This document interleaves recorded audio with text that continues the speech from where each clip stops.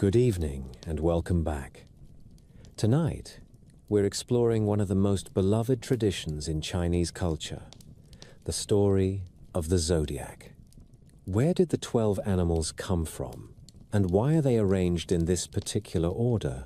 What do they mean?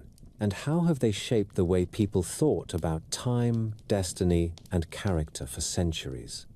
From the legend of the great race to the symbolism of each animal, the Zodiac is a reflection of myth, culture, and the rhythm of life itself.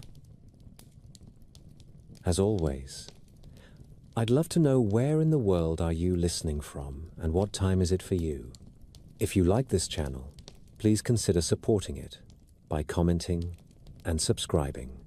Now, let's begin. The story begins in heaven, where the Jade Emperor ruled a court that looked very much like an imperial palace. Courtiers stood in attendance. Messengers came and went with orders. Decrees were written and sealed. The Jade Emperor wanted a new way to mark the years for people on Earth. He wanted a cycle simple enough for farmers to remember and grand enough to carry the weight of heaven. So he announced a race. 12 animals would win places of honor. The order of their arrival would become the order of the years. The race was not a straight run across a field. A broad river cut the course. The water mattered. It forced the animals to make choices. Some would swim, some would float, some would seek help. The finish lay on the far bank in full view of the court, so no one could say the result was a trick of the eye. The rules were clear. Arrive, be counted, and take your place among the years. The great race ties heaven to the work of ordinary days. Each animal takes more than a place on a list. It takes a place in the clock and the compass. The 12 branches rule the 12 double hours of each day. The Zai hour, from roughly 11 at night to 1 in the morning, belongs to the rat. The Chu hour, from 1 to 3, belongs to the ox. The pattern continues around the dial. The branches also rule directions. Priests and builders, sailors and travelers all learned to read them. The cycle turns through the months as well. In much of North China, the rabbit is linked with early spring fields and tender shoots. The horse stands in the heat of high summer. The dog sits near the wind of autumn. The pig rests as winter gathers. The animals are not decorations. They are tools that fit the rhythm of the land. The myth blends with history and spreads beyond the heartland. As the calendar traveled through East and Southeast Asia, languages and customs gave the animals new names and at times new forms. In Vietnam, the rabbit becomes the cat. In Japan, the pig is a boar. In Thailand and in parts of the Himalaya, the dragon is told as a great serpent. The order stays much the same. The river and the finish line remain. The reasons change with local taste, and that is part of the strength of a living story. It keeps the frame and repaints the panels. The Jade Emperor himself belongs to a long tradition of heaven organized like a state. Scholars and storytellers built that vision over centuries. Taoist rites gave it structure. Folk religion gave it voice. The emperor sits at the top. He delegates. He judges. He builds roads in the sky that mirror the roads below. When he calls a race, the world listens. In some regions and later retellings, a Buddha hosts the feast or sets the trial. But the work is the same. A divine patron fixes the order of things so that the years will walk in a circle instead of wandering off into confusion. Over time, the animals took on character as well as place. The rat became clever and quick. The ox became patient and strong. The tiger became brave. The rabbit became watchful. The dragon became noble. The snake became wise. The horse became free. The goat became gentle. The monkey became lively. The rooster became exact. The dog became loyal. The pig became generous. These are memories people kept of themselves and their neighbors, set on the bodies of animals so that even a child could hold them. You can hear the same echo at New Year, when red paper charms go up and lanterns cut the dark. Fortune tellers read the cycle for luck and marriage. Grandparents speak about a Ben Mingnian, the year when your own animal returns, and remind you to wear red for protection. Sacred and simple share the same table. The river still waits in the next chapter. The finish line is still on the far bank. The only question left is which animal arrives first, and why. The story answers that by watching not only strength, but judgment, friendship, and timing. That is why the great race endures. It is a tale, but it is also a map for how people think life should be lived. On the morning of the race, the little rat woke before the first rooster call. It sat in the rafters of a granary and listened to the cold in the boards. The decree from heaven had reached even the barns and culverts. The Jade Emperor would fix the years in a circle, and the order would be set by the finish at the far bank of a wide river. The rat understood two things at once. It could not swim that current with strength. It could win with judgment. The rat watched the yard come alive. Oxen were being led out for watering. Hooves thudded in mud. The ox moved with a calm that belonged to the field. The rat saw a ship where others saw a beast. It climbed down the beam and crossed the yard in a grey blur, skirting the dog and the cart and the pile of last year's straw. It reached the ox and sat neat as a stone on the yoke. The ox snorted, then dipped its head to drink. The rat waited. When the ox lifted its head, the rat spoke. The rat asked for a ride. It said the river was not kind to small bodies. It said the emperor would look with favor on a creature who helped another. The ox accepted. It was raised for work and could not refuse a task. It set off at a steady pace along the road that led to the river. The rat settled into the fur between the ox's shoulders and watched the sky lighten. At the bank they found the press of animals. Tiger's breath steamed. Horse pawed at the ground and threw its head. Monkey chattered and weighed a fallen branch for a raft. Goat and rooster were already arguing about which bend of the river looked safest. Dragon had not yet been seen, but the air felt cleaner when its name was spoken. Rabbit studied stepping stones near the reeds and tried them one by one. Somewhere behind a cat came running, late and furious, and called the rat by name. The rat did not answer. A herald from the court of heaven stood on a flat rock and lifted a staff. The river was brown and loud. It carried broken twigs, leaves, and the bright skin of dawn. When the staff fell, the race began. The ox stepped into the water without a sound. The current took against its chest, but the ox held its line and pushed on. The rat kept low in the fur and watched the surface. The river had its own stories. It told of early spring melt in the highlands and of mills that would turn later in the year. None of that mattered. The only measure that counted now was the distance to the far bank. The rat glanced back.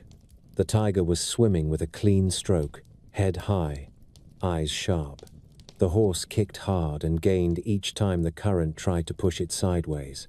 Rabbit had reached a chain of stones, slipped, found a floating log, and clung to it. Far above, the dragon's shadow crossed the water, then wheeled away. The rat saw a gust of wind flatten the ripples around the rabbit's log, and understood that mercy costs time. It also builds a kind of honor that even the Jade Emperor respects. Midstream, the ox faltered for a moment as a strong eddy took its legs. The rat felt the body shift under it and tightened its grip. The ox found footing again and leaned into the second half of the river. The rat began to count its breaths.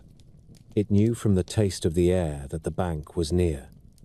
It looked ahead and saw the finish stones set in a crescent and the flag on the shore. The court of heaven watched from a raised terrace. Scribes stood ready with brushes. The years of the world were waiting for their first name. The rat remembered the cat then. In some tellings, the rat had promised to wake the cat and did not. In others, the rat and the cat had shared a plank once, and the rat had shoved the cat into the water to lighten the load. These stories are not kind to the rat. They are also not simple. The cat is quick and cold in the water. It might have found a way in any case. The truth that matters is this: the rat chose its partner early. It kept its eyes open. It knew that the river was not a place for pride. It knew that the last decision would decide everything. The ox climbed the last shelf of riverbed, and the bank rose beneath them. The Jade Emperor's herald raised the staff again to mark the arrival. The ox drew one more step, and the rat moved. It leapt from the warm fur and the wet skin, hit the slick stones, and ran. The sound it made was only a whisper. The scribes heard it as the first footfall of the first year. The rat crossed the line with whiskers forward and paws tapping and stood before the emperor. The ox arrived a heartbeat later, breathing hard through flared nostrils, surprised to see its small passenger already being counted. The court recorded the order. The emperor nodded once. The first place would belong to the rat. The second would belong to the ox. There were murmurs among the gathered animals. Some called it cunning. Some called it theft. The emperor did not ask for opinions. He had asked for judgment on the river, and the rat had given it. The ox had given labor without complaint, and was honored in its turn. The lesson was plain. Strength opens the way. A quick mind chooses when to step. In later ages, people would look at the heavens and see the rat's name set against the first branch. The hour that begins near midnight belongs to the rat. It is when stores are quiet and small sounds carry. It is when grain attracts its first thieves and guard cats wake for their rounds. It is when a family's food for the year rests behind wooden doors, and every seed is a promise. The rat knows those promises too well. That is one reason the elders tell this story with a wry smile.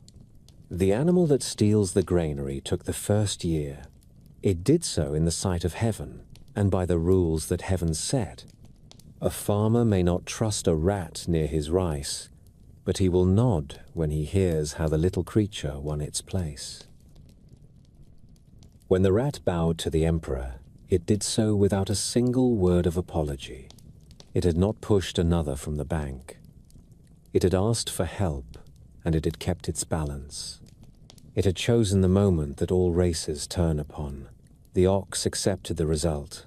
It flicked water from its ears and stood to be named. Somewhere on the far side of the crowd, a cat yowled and swore vengeance. The court did not take note. The race had many miles left in it yet, and many arrivals. But the first year was set.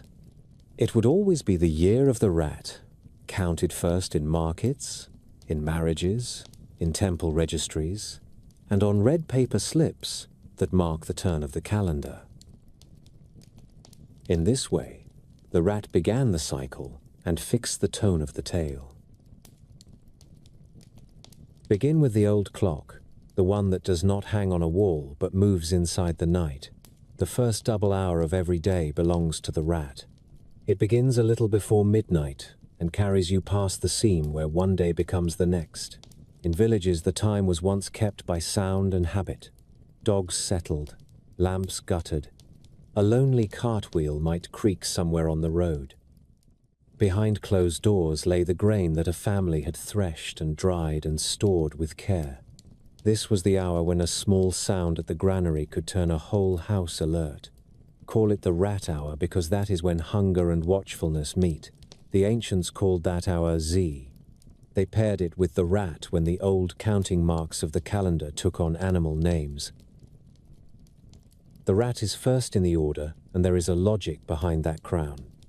The 12 earthly branches appear on Shang bones and bronze inscriptions as the plain signs of a calendar. Later, scholars set them on a wheel with the 10 heavenly stems. Together, they make the cycle of 60 that orders years and rituals. Zai stands at the top of the wheel.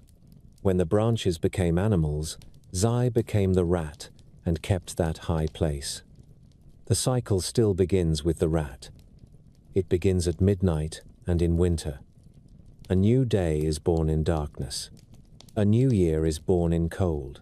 The rat's position is not only a prize from a story, it is the mark of a practical system that ties the clock to the earth. The branch Z hides the heavenly stem Gui inside it. That is the water of winter. In the language of the 5 elements, the rat carries water. The direction of water is north. The color is black. The wind that covers open country in the 11th lunar month carries that feeling of depth and stillness. The old almanacs set the rat over that month. The fields have been reaped. Stores are stacked. People think about what will last and what must be guarded. The rat thrives in such a season because it lives near human food, and because it is patient. It waits for doors to swing and for moments to open. That is one reason the sign is linked with clever timing rather than brute force. From this root grows the character of rat years, and rat people as storytellers and fortune tellers describe them. The rat is quick, curious, and able to turn difficulty into opportunity. It moves through tight places. It sees the straightest route through crooked space. In markets, a rat person is thought to make deals that others miss. The mind works fast, and the hands follow. A rat child takes apart the toy to see how the springs are set.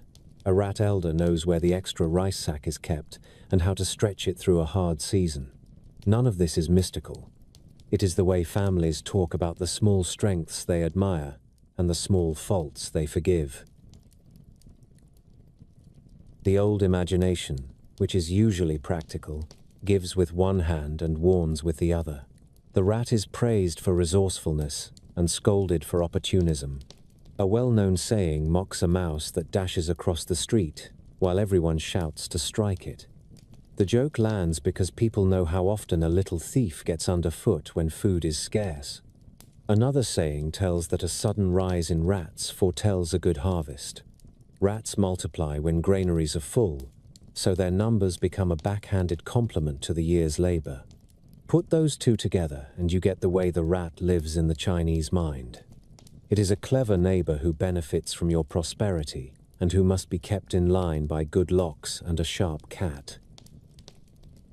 The rat sits in important ties with the other signs. Its secret friend is the ox. That bond echoes the story of the crossing. Strength and quick thinking make a good pair in life and in legend. The rat clashes with the horse. The two sit opposite each other on the great circle. One prefers the stillness of midnight. The other belongs to noon when the sun stands high and the road calls. The rat also keeps an old quarrel with the rabbit in some schools of folk astrology. The two are said to offend each other through small harms and misunderstandings. On the friendly side, the rat shares a natural kinship with the dragon and the monkey. People speak of this as a trine of wit and ambition. A rat child in a dragon household is said to find courage. A monkey colleague may be the best partner a rat ever finds for a risky plan that needs both daring and detail. The 5 elements deepen the picture. Each rat year is not only rat. It is a wood rat, or a fire rat, or an earth rat, or a metal rat, or a water rat. The sexagenary cycle does this quietly, but it changes the flavor of a year and the stories people tell. A wood rat is imagined as inventive and generous with ideas. A fire rat is bold and a little restless. An earth rat is steady and practical. A metal rat is exact and strong-willed. A water rat listens deeply and adapts. When elders remember the last time a certain kind of rat year came around, what they often remember are the human events that colored it. The year 1900 was a metal rat in the old naming. The year 1960 was also a metal rat. The year 2020 was again a metal rat. People remember those years for reasons that have little to do with the calendar. Yet the calendar keeps them in a neat drawer for the mind to open when it is time to compare past and present. The personal cycle works in much the same way. Every sign returns to its own year once in every 12.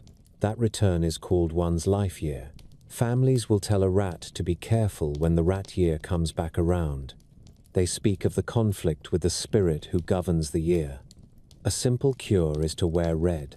A grandparent may tie a red cord around a child's wrist. An aunt may send a pair of red socks. The logic is not about fashion.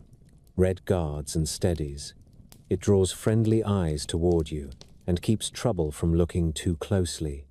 If the year still carries rough weather, a rat may go to a temple to offer incense and set the matter right with the powers who keep the book of time.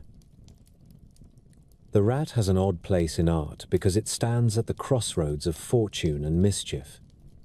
New Year prints show fat little white rats tugging at strings of coins and spilling them into bowls. The picture makes a pun on counting money and the character for mouse. Children laugh at it. Shopkeepers smile and hang it on the door. In opera and popular fiction there is another image altogether. The 5 rats who roam the capital in a Ming novel are thieves with nimble hearts. They are tricksters who end up serving justice under a stern magistrate. They sneak, they leap, they hide in the rafters, and then they hand the truth to the judge. If you want to see how the culture holds 2 thoughts at once, look at those prints and those heroes. The rat steals and the rat restores. The rat takes and the rat reveals. Travel a little, and the sign changes its coat without losing its bones.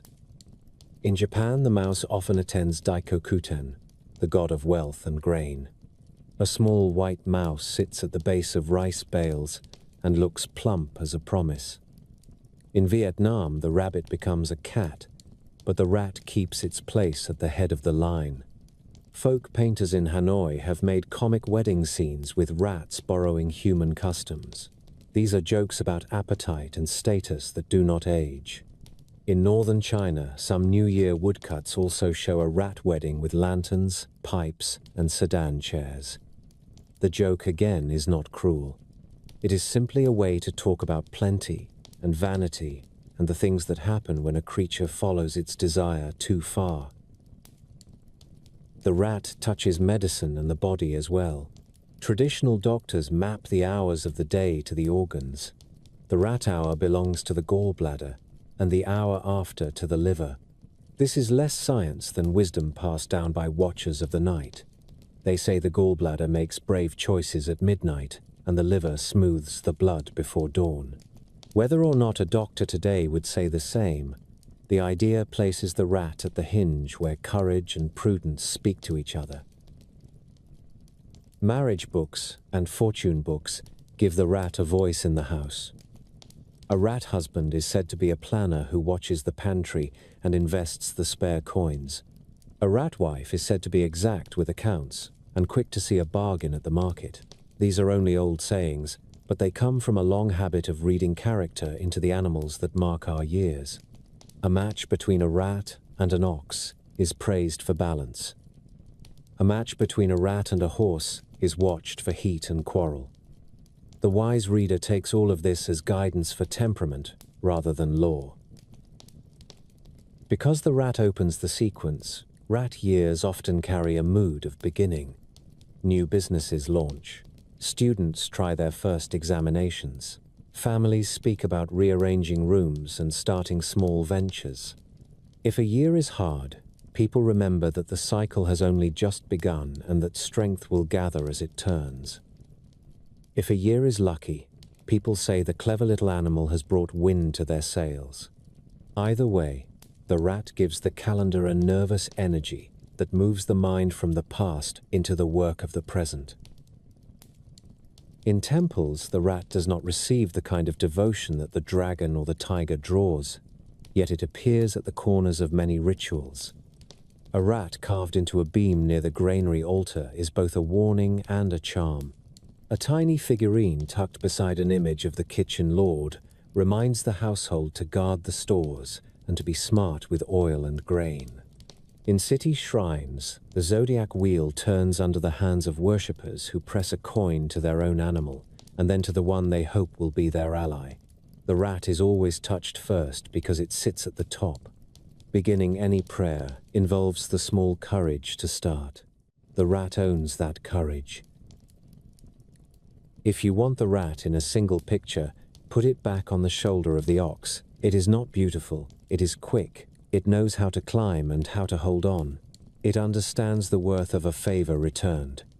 That is how it won its year, and that is how it has kept its character through centuries of stories, almanacs, paper cuts, carved seals, market signs, and gossip between neighbors. It is the whisper in the rafters that says, "Pay attention, watch the waterline, count what you have, be ready to move." The calendar calls that whisper wisdom. Before dawn, the river wore a grey skin, and the fields held their breath. Frost clung to the ruts where cartwheels had passed the week before. At the water's edge, the ox stood, as if it had grown from the bank itself. It was the sort of animal a ploughman trusted with his back turned. Wide brow, patient eyes, legs like posts that had weathered many seasons. It did not hurry. It did not fear the cold. It only listened for the signal that would send all creatures forward. The rat came to the ox as a traveler comes to a ferryman. It asked for a place on that broad back. The ox lowered its head once, which in the language of work means yes. The two set out together when the herald's staff fell and the river opened its mouth. The current struck first against the ox's shoulders and then ran slick along its ribs. It tilted its muzzle toward the far bank and began to walk the path under the surface that only strong legs can feel. Each step set a little cloud in the water. Each breath made the air steam. There was no trick in the ox. It did not glance to the sides to measure rivals. It did not count the splashes of tiger or horse or dog. It did not change its line when a driftwood branch bumped the flank. It bore the rat as it would bear a yoke. Midstream, the current turned wicked for a moment and swung hard at the legs. The ox gathered itself and leaned until it found stone again. It pushed on. The far bank widened, and the river's voice fell. The ox climbed the last shelf in the riverbed, and the silt changed to wet earth that held. It took one more stride for safety, and in that space the rat leapt. The little paws pattered over the finish stone, and the scribes marked first place. The ox set its forefoot down a heartbeat later, and was named second. Some who watched called the moment a theft. The Jade Emperor did not. The decree had been plain. Arrive and be counted. The ox had honored the decree by labor. The rat had honored it by timing. The court set the order, and the ox accepted the count. It flicked water from its ears and stood with the look of an animal that knows what it is for. A worker does not waste breath on outrage when the field still needs turning. That is the story people remember when they speak of the ox. They speak of strength that does not boast, and of kindness that does not expect return. If the rat's leap gives the tail its spark, the long crossing gives it weight. The ox is the piece of the world that carries without complaint. That is why the second year belongs to it, and why the old farmers still nod when they hear the order pronounced. The calendar says the same thing in a stricter tongue. The second earthly branch is called Chu. It rules the double hour that runs from 1 to 3 in the morning, when the body is heavy and the last embers in the stove ask to be stirred. It rules the 12th lunar month, when winter has set its teeth and the ground rings under a hammer. In the art of 5 phases, the branch hides earth as its root, with a trace of metal and a trace of water laid by season inside it. People put all of that into a simpler image. They say the ox stands in deep winter and under the northern wind. It keeps its footing when the field is rime and stone. It holds steady until the light returns. Across the old plains and Lewis Hills, there are 2 kinds of cattle in memory. In dry country, the yellow ox bent its neck to the wooden yoke and learned the furrow. In the southern paddies, the water buffalo lowered its horns and shouldered mud, pulling the plow where a man's legs would sink to the knee. Either way, grain rose behind that labor. When an emperor wished to honor the fields, he took up a stout handle at the altar of agriculture and cut the first furrows of spring, while officials walked beside him with seed. The ceremony praised the plow and the animal that drew it.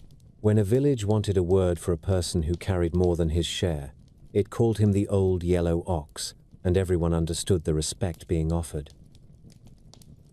That is why the ox in the Zodiac does not glitter. It anchors. A year of the ox brings to mind steady work, repair of walls and ditches, careful accounts, a season where progress is measured in clear rows rather than sudden leaps. People born in an ox year are spoken of in the same way. They are patient, they are methodical. They do not take the shortest cut until they know where it leads. The praise can sound plain, but there is no mockery in it. When families list the virtues that make a household stand through trouble, they put diligence and honesty near the top. The ox wears those words the way it wears a yoke. They sit right on the bone. The old almanacs draw more lines. Signs do not walk alone. The ox and the rat make a pair that people call secret friends. The story of the crossing explains that friendship well enough. Strength and shrewdness complete each other when one does not smother the other. The ox works closely, too, with the snake and the rooster. Those 3 are grouped as a harmony that values discipline and craft. There is also a hard match. The goat sits opposite the ox on the circle, and the 2 often rub each other the wrong way in the tales that fortune-tellers tell at market tables. It is not that the goat is weak. It is that a soft manner meets a firm rule, and there is strain until both sides yield a little. The element cycle tints each ox year with a different grain. An earth ox is most itself, broad-backed and practical. A metal ox cuts a straight line through confusion and insists on order. A water ox listens and stores energy in a quiet way. A wood ox builds, fences, and invents useful tools. A fire ox has a force that can burn out brush and clear new ground. When people remember a particular year, they remember it with names rather than numbers. They say the metal ox of 1961 or 2021, and the name carries a mood. In the hills, they use those names to fix the past in a family's story. A house was raised in a wood ox year. A son left for the city in a fire ox year. A grandchild came in a water ox year with a quiet smile and a narrow face, and the elders said the heavens were repeating one of their older verses. The hour of the ox shapes the body in the old medicine as well. Practitioners speak of organs waking in sequence through the night and dawn. The gallbladder runs hard in the rat hour. The liver rises in the ox hour and cleanses the blood before morning. A doctor today may chart the body in different ways. The wisdom behind the chart is simple. Night has its own work, and the ox hour belongs to the task that prepares a new day. It suits the sign that stands up under weight and puts things right for the light to find. In stories beyond the race, the ox keeps the same heart. In one of the best-loved love tales, On the Long River of the Sky, an old ox in a poor house watches over a cowherd who has been wronged. When help is needed, the ox gives up its own hide so that the boy may cross the Star River and see the weaver girl again. The couple are set apart by law, and only once each year can they meet on a bridge of magpies. The old hide makes the journey possible. It is a hard gift and a quiet one. People retell it at the festival that honors that meeting, and they thank an animal who does not speak but who understands duty. Art gives a different face to the ox when it wants to teach. A set of pictures about taming the mind shows a herd boy and a rough beast that learns, step by step, to be led. The boy is a monk, the beast is the will, and the rope is discipline.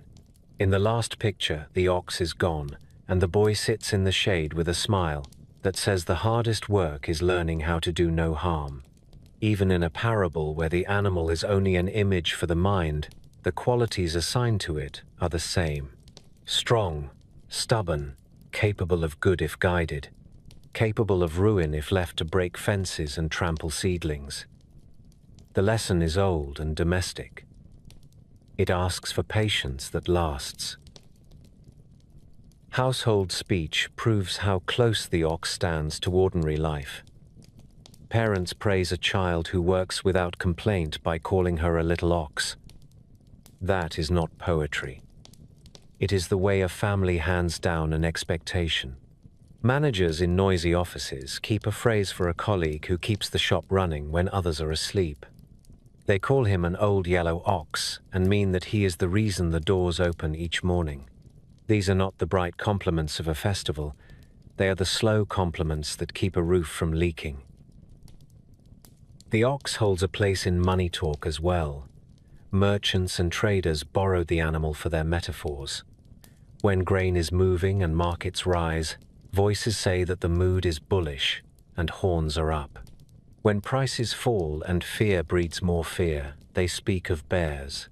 The second word is a loan from another world of symbols. The first is rooted in the same picture that sits in winter on the bank of the river and waits for the signal. Horns forward, weight centered. No more drama than necessary. The old ways like language that does not wander. In temples, the ox is not the first to draw incense, yet it appears in carvings where work is honored. At the altars that bless farming tools, a bright red yoke sometimes hangs beside a bell that calls hands to the field. The New Year prints that show children riding a fat ox with spring flowers tucked in the rope are promises pasted on doorframes that face east. They mean that earth will open when it is warm, that seed will drink, that what was stored is enough to carry a household until the green returns. It is art that does not need to explain itself to the people who live under it. As for the child born in an ox year, elders say a few common things and hope that the child grows to deserve them. Calm temper, plain speech, shoulders that can carry trust. The faults are the neighbors of those traits: stubbornness that will not bend when it should, slowness to forgive a slight, a habit of putting labor ahead of joy. None of these are destiny. They are the rails a life is likely to run on, unless the one who lives it chooses otherwise. Matches in marriage follow the same grain. A rat makes a good partner for an ox, because each brings what the other lacks. A snake's patience and a rooster's order suit the ox well. A goat can be loved, but the two must learn to give the path to one another, or both will bristle. If you want to see the ox entire, set the race and the calendar side by side. On one board, you watch a creature take a river with nothing but lungs and legs and a straight gaze. On the other, you watch a sign sit in the deep of winter and promise that the ground will not shift underfoot before dawn. The two pictures tell the same truth. The world honors bright minds, but it begins and ends with those who get the work done. The ox got the work done. It did not complain. It did not flatter. It crossed and stood waiting to be named. Ever since, the year that carries its name has asked for the same from those who live within it. Morning gathered as a pale ribbon at the rim of the world. Mist lay close to the river, as if the water were speaking under its breath. The tiger came down from the scrub and stones with a step that made no need for ceremony. It was built for work that has no witnesses. Muscle wrapped a frame that did not waste anything. The head moved a little from side to side as it read the bank, the current, the depth. It tested the scent of mud and reeds. It saw the flat rock where the herald waited with the staff that would begin the counting of the years. The tiger did not posture. That was for smaller creatures, or for stories told after the fact. It crouched at the waterline and felt the cold where the river bit at the paws. When the staff dropped and struck stone, the tiger went in. No splash wasted. The first strokes were heavy as it pushed down through the surface to find the slow part of the current. The body rose and settled into a rhythm that hunters know. Breathe. Drive the forelegs. Keep the head high. The river took every animal at a different angle. It tried to turn the tiger sideways. It tried to steal a little balance, and then more. The tiger answered with straight work. It did not look back to measure the snarl of the dog or the clean line of the horse. It did not watch the rat ride the ox. It kept its eyes on the far bank where the finished stones sat in a crescent and the court of heaven waited to write the order that all people would live by. Midstream, a cold seam of water rose from below and shoved like a living thing. The tiger's whiskers trembled. Its chest burned. Its paws found no bottom, and the pull of the current said this would be the place to yield. The tiger lowered its muzzle to the line of the water and dug deeper. The shoulders lifted and fell. A growl broke the morning, and the river did not care. The tiger made its own care. It found a pocket where the current slackened and cut across it like a blade. The world narrowed to the sound of the lungs and the push of the next stroke. The finished stones widened and stood clear. The tiger did not rush. It did not beg the water for mercy. It kept that same steady rage that bends to no one and reached the bank. It pulled itself out and shook the river off in a shining sheet that caught the first real light of day. It bounded the last spans over wet earth and put its weight on the finished stone. The scribes looked up and dipped their brushes. They wrote third. Rat had crossed first. Ox had crossed second. The tiger stood there breathing like a bellows and looking at no one with a face that said the world can be unfair, but it cannot cheat you if you do not cheat yourself. The Jade Emperor watched closely and gave a single nod that meant courage is its own law. The tiger took its place and did not boast. It had no need. The river was still loud behind it, and the marks on its body told the story well enough. That victory is only the opening page. The calendar and the old thought go on from there. The tiger stands on the third earthly branch. The ancients called that branch Yin. It belongs to the double hour from 3 to 5 in the morning when the night is thin and the first birds test the air with a single note. It belongs to the first lunar month when the year is young and the fields feel the rise of the sap under the frost skin. The direction marked by yin is east by a point north. In the 5 phases, the branch holds wood. Not the patient wood of late spring, but wood that is just waking and pushing through soil. The tiger stands at that hinge where a hard winter begins to loosen and the world gathers itself for new muscle. Put the race and the calendar together, and the picture deepens. The tiger fights the water and lands in 3rd place. The sign keeps the hours when the lungs wake and fill the body with clean force. Old doctors set that hour to the breath.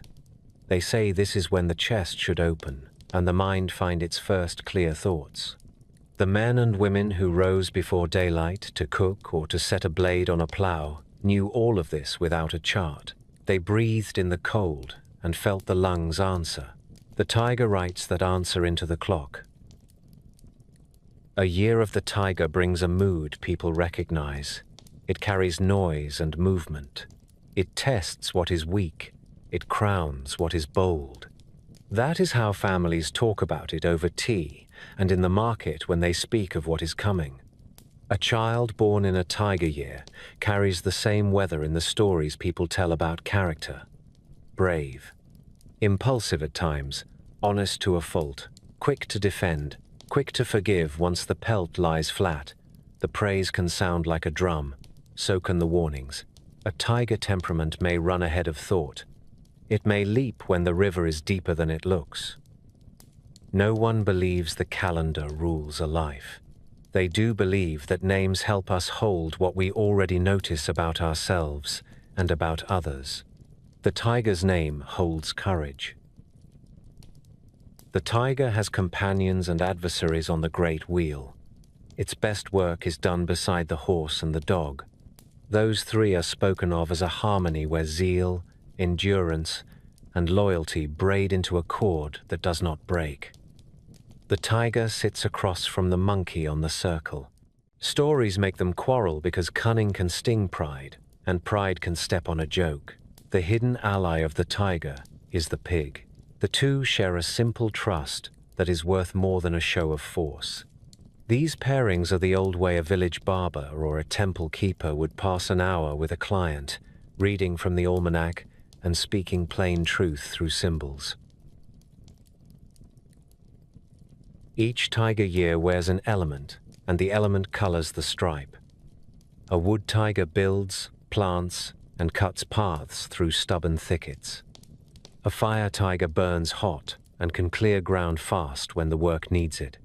An earth tiger steadies raw power and makes it useful. A metal tiger is exact and a little severe. A water tiger watches and waits, and then moves with surprising economy. When elders sit under a shade tree and remember, they recall the last time a certain kind of tiger walked the village. A bold uncle married that spring. A levee was called to mend the embankment.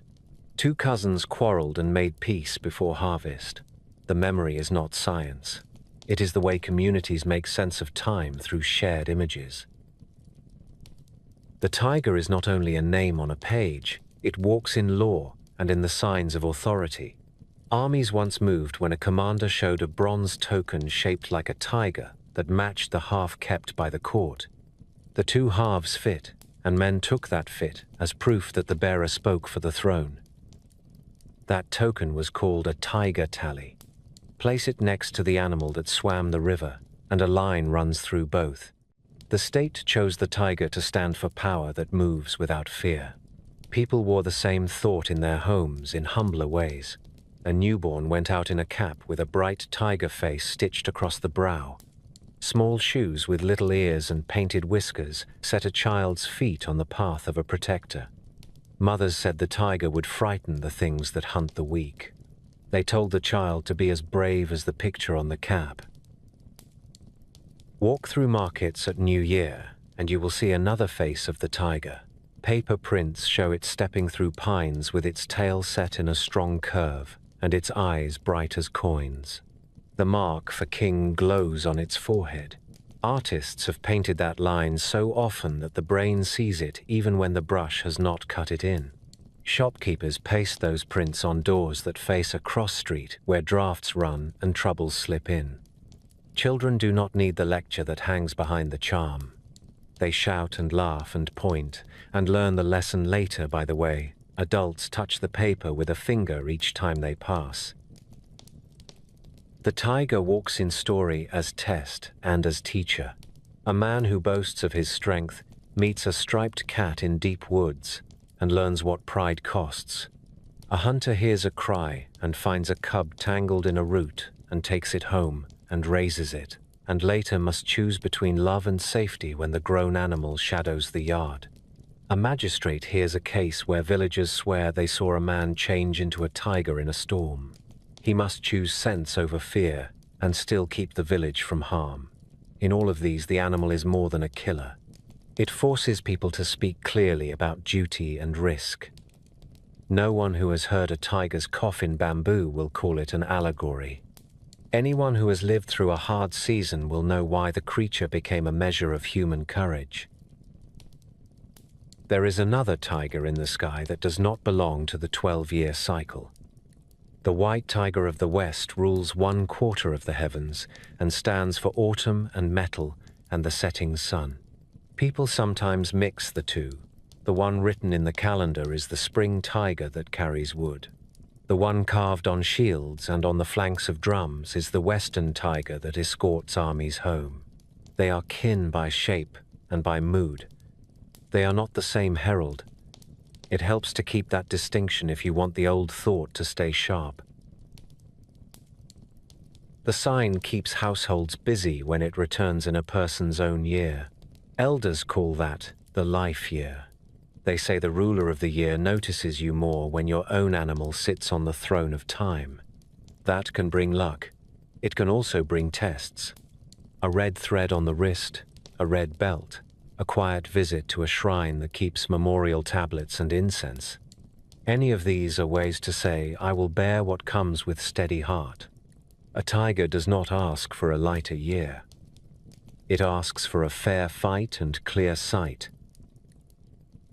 The tiger breeds words that have escaped into every part of life. A paper tiger sits in politics for a thing that looks fierce and is hollow inside. A tiger mother sits in homes for the parent who calls a child to an edge and makes them hold it. The idioms grow and change, and the animal keeps walking under them all. That is what a strong symbol does. It takes new work without dropping the old. What of learning and medicine?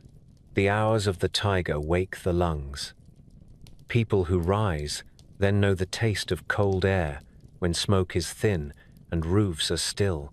The first coughs of the day teach a listener what the winter has done to the chest. The old charts make this a formal rule. The wiser lesson is easier. If you breathe well in that hour, you meet the day with a clear head. If you carry fear there, the day will be smaller than it needs to be. A tiger year is a good time to let the breath run long and simple. The sign also travels across borders and takes on new meanings without losing its shape. In mountains that face the sunrise, people set small altars to a tiger lord who keeps children safe and punishes oath-breakers who take advantage of the weak. In cities by the sea, merchants carve tigers on the lintels of counting houses and commend their fortunes to a creature that does not blink when numbers turn against them. In opera, a general strides on stage in a coat striped like a living pelt, and the crowd understands before the drum sounds that this man will not turn his back under pressure. The animal and the human feed each other their meanings. Return then to the river. Think of the tiger in that first light. The water had no care for fame. It does not remember who crossed first or third.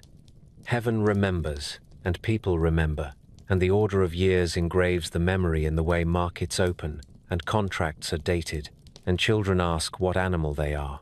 The tiger's place in that order holds a promise.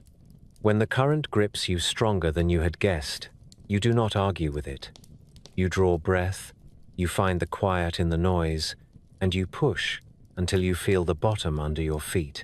You climb out without a speech. You let the wet fur steam in the light, and you stand to be counted.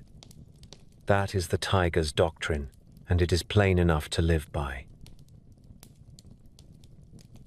Mist lay low over the river, and the reeds clicked like small bones.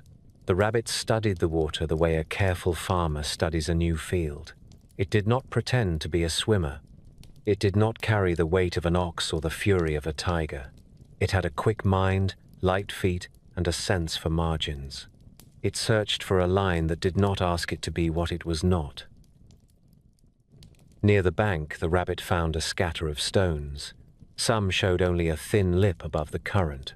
Others were slick with weed. The rabbit tested them with the bluntness of need. One leap, then a second, then a third. Each landing was a guess made clean by practice.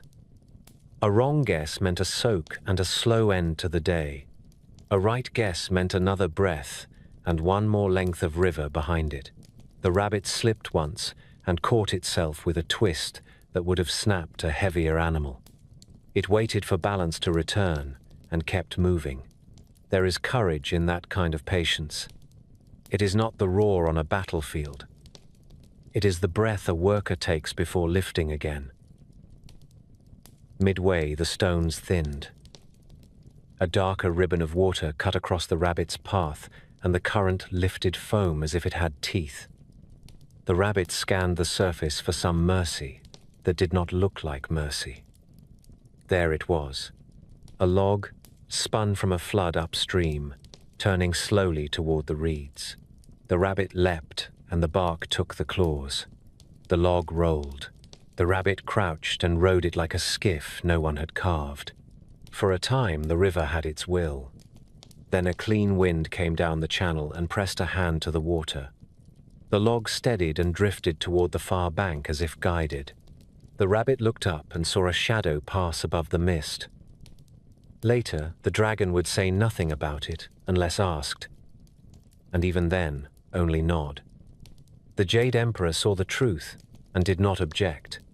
There is room in a just world for help that honors effort. The log bumped the mud near a stand of willow. The rabbit sprang to the bank and ran the last paces on cold legs that still remembered the current. The finished stones stood in a crescent, wet and black. Scribes sat ready with their brushes. The rat had already been counted. The ox had already been counted. The tiger had just shaken the river from its coat. The rabbit placed its feet on the stone, and the staff rose and fell. 4th place. Not a note of doubt in the count. The court made room, and the Jade Emperor inclined his head in a small salute that said, "Quick thought and quiet persistence are virtues under heaven." A story that ends on a bank does not really end. The rabbit's place in the race is the first page of a longer text. The calendar writes the rest. The rabbit sits on the 4th earthly branch. The ancients called that branch Mao. It keeps the double hour from just before dawn to full sunrise, when household fires wake, and the first light in the east thins the black into blue. It keeps the 2nd lunar month, the month when frost loosens and shoots begin to show through soil that looks dead from a distance. The direction for Mao is east. The element is wood as it wakes, green in the bud and quick in the sap. Set the race beside those facts and they speak to each other. A light animal finds a light path across a dark river and comes to rest on the side where morning is already lifting. If you stand in a village street at the rabbit hour, you will learn more than any almanac can print. Roosters argue but have not yet won the sky. A pot lid lifts and someone tests the boil for breakfast. A child mutters in sleep and turns toward the first warmth of the day. That hour belongs to preparation. The old doctors say the body clears itself then. They put the large intestine in charge of that work on their charts, and they draw the rabbit above the hour. Whether or not a modern doctor would nod, the picture is useful. The day moves better when the morning begins clean. The rabbit writes that plain truth into the clock. A year of the rabbit brings the same mood to minds that still listen for patterns. Spring manners rather than winter law. Polite voices rather than shouted orders. Repairs made without speeches. The work of smoothing and mending and making a house fit for guests. Families say that rabbit years favor diplomacy and careful craft. They say such years reward those who are watchful and fair. They are just as quick to add the warning that lives inside the praise. Too much caution is its own kind of risk. The river does not always wait while you weigh another stone. When people speak of those born in a rabbit year, they use the words that neighbors use when they mean to praise without flattery. Gentle, considerate, good at listening. Exact with small things that matter more than they look. Quick to soothe quarrels and slow to take offense. These are the traits that keep kitchens from going cold. The faults sit nearby. An eagerness to avoid conflict that can turn into silence when speech is needed. A wish to keep a room pleasant that can shade into delay. The calendar does not rule a child, and no one who has raised one believes that it does. It gives a language for traits that a family has already begun to notice. The rabbit keeps its own company on the great wheel, and it has its own rivals. Its truest friends are the goat and the pig. Those three make a harmony of kindness and steadiness. Together, they build a life that is well provisioned and welcoming. The rabbit's secret friend is the dog, a partner who keeps watch without noise and who knows how to guard what has been cared for. Across the circle sits the rooster. The two signs face each other, and the old sayings call this a clash. The rooster values blunt truth and a schedule that never slips. The rabbit values gentleness and timing. When they share a courtyard, the day goes well if each learns why the other insists. The 5 elements color each rabbit year the way light colors water at dusk and dawn. A wood rabbit is most itself. It grows. It builds fences and trellises and lays out new beds for seedlings. A fire rabbit is lively and can draw friends into a project that would stall without that warmth. An earth rabbit trusts routine and keeps accounts clean. A metal rabbit is precise and keeps promises even when the cost rises. A water rabbit listens so well that plans change for the better without anyone being bruised. Elders remember those names as markers in the family story. An aunt married in a wood rabbit spring when the plum trees were white. A roof was mended in a metal rabbit season after a storm left 2 rooms leaking. 2 cousins were born in a water rabbit year and grew with quiet ways and sharp eyes. The names hang like charms on the memories. It is hard to talk about the rabbit without lifting your head to the moon. In China and across much of East Asia, people do not see a man's face in the moon. They see a rabbit. Its ears lie back, and its forepaws hold a pestle over a mortar. The old tales say the rabbit pounds herbs for the elixir of long life, or grinds the rice for cakes that are shared when families gather under lantern light at mid-autumn. Sometimes the rabbit keeps company with the lady on the moon, who fled there with a stolen draught that saved and punished her in the same breath. The osmanthus tree near her gives a sweet scent that drifts down in stories to the courtyards of mortals. At the festival, you can still find paper lanterns shaped as rabbits, sugar rabbits sold to children, and paper cuts with long ears pricked toward the night. The picture is so strong that a child who has never heard the old verses can point upward and say rabbit without being taught. The rabbit also walks near the doorstep in humbler prints that hang for New Year. A plump white rabbit pulls at a rope of coins that spill into a bowl. The joke is easy. Counting money and catching mice share a word in some village speech, and the rabbit borrows the luck of the pun. Merchants smile and paste the picture beside the door and tell no one why the bowl is always a little too full. In other prints, a rabbit chases a fox round a drum, which is an old wish for the fast to be caught by the steady. None of this is grand theology. It is the art of people who know how to speak hope without bending the truth. Travel and the sign changes its coat but not its bones. In Vietnam, the rabbit becomes the cat in the 12-year cycle. The reasons given are many. A sound in an old word. A fondness for a hunter who keeps rats from the rice. A tale in which the cat did not sleep through the summons but ran well and earned its place. Even there, the mood of the sign stays the same. Spring, watchfulness, household grace. In Japan and Korea, the rabbit remains a rabbit, and the moontails share the table with local flavors. The calendar has room for such differences. The river and the finish stones stay the same. Set the sign beside the body for one more look. The old medicine gives the rabbit hour the task of clearing before the day begins. Anyone who has traveled with farmers has seen the proof without a chart. They wake before the sun, drink hot water from a chipped cup, and trust their bodies to do what bodies should do when the world is tidy. It is a small thing. It is also the sort of small thing that keeps trouble from becoming illness. The rabbit teaches by these quiet examples. Put your house in order. Speak gently. Do not be afraid to ask for a nudge of wind when a log is all that stands between you and the far bank. In the long round of years, a life meets its own sign again and again.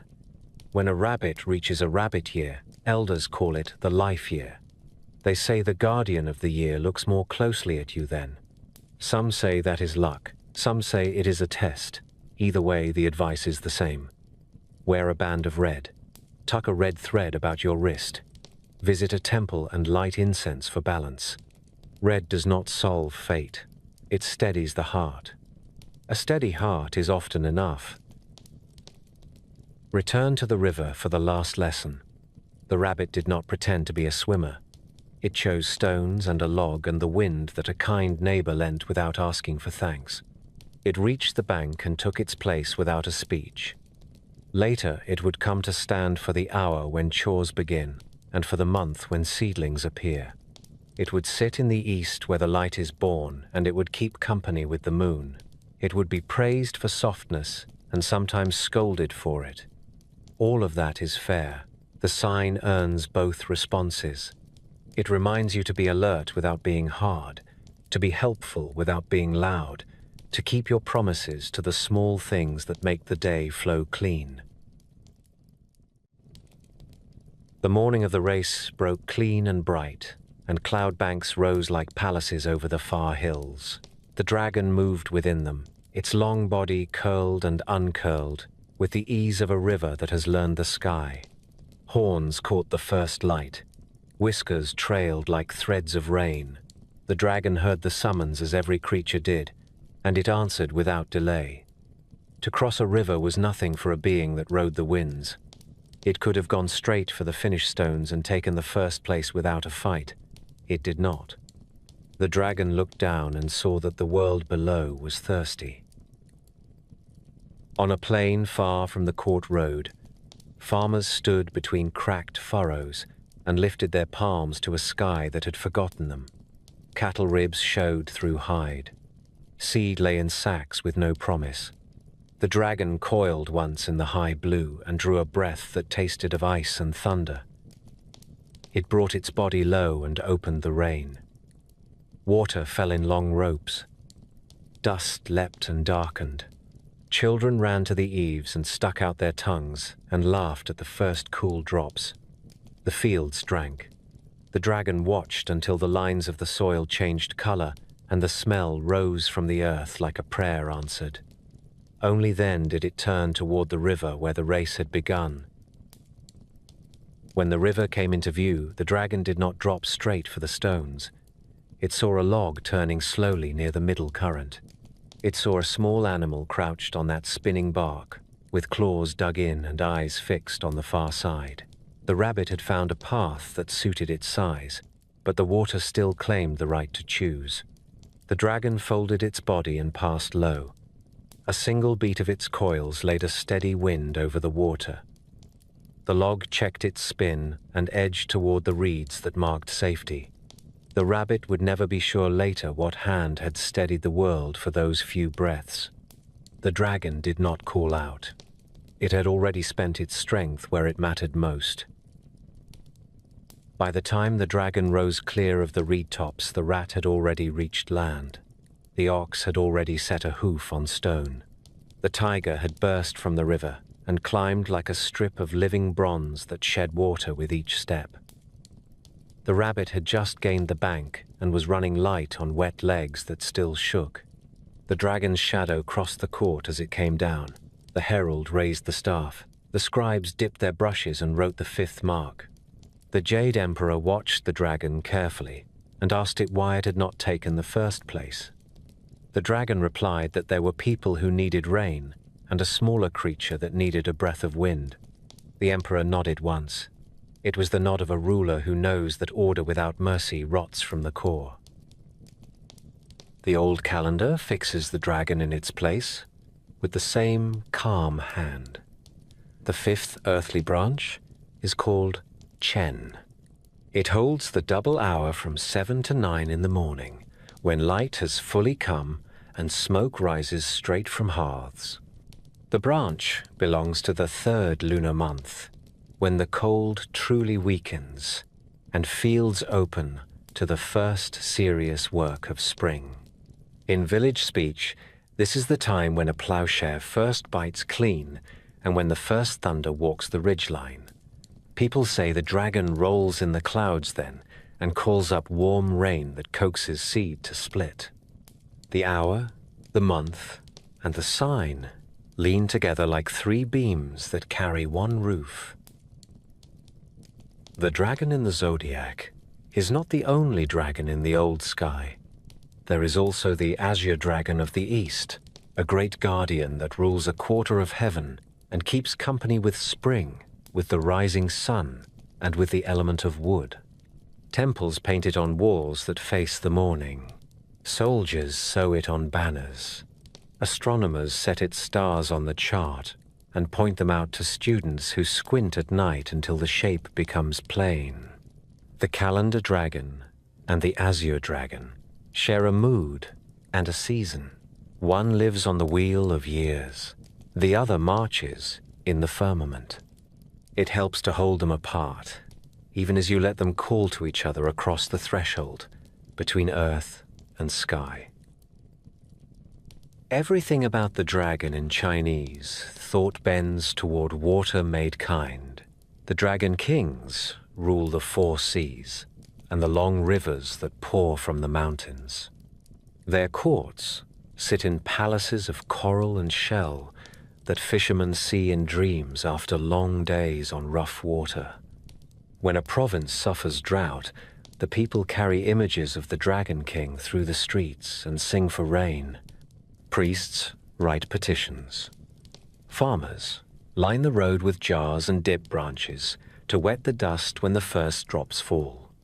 When floods come and corpses float, those same people burn incense and ask the Dragon King to draw back his sleeve and spare the low fields.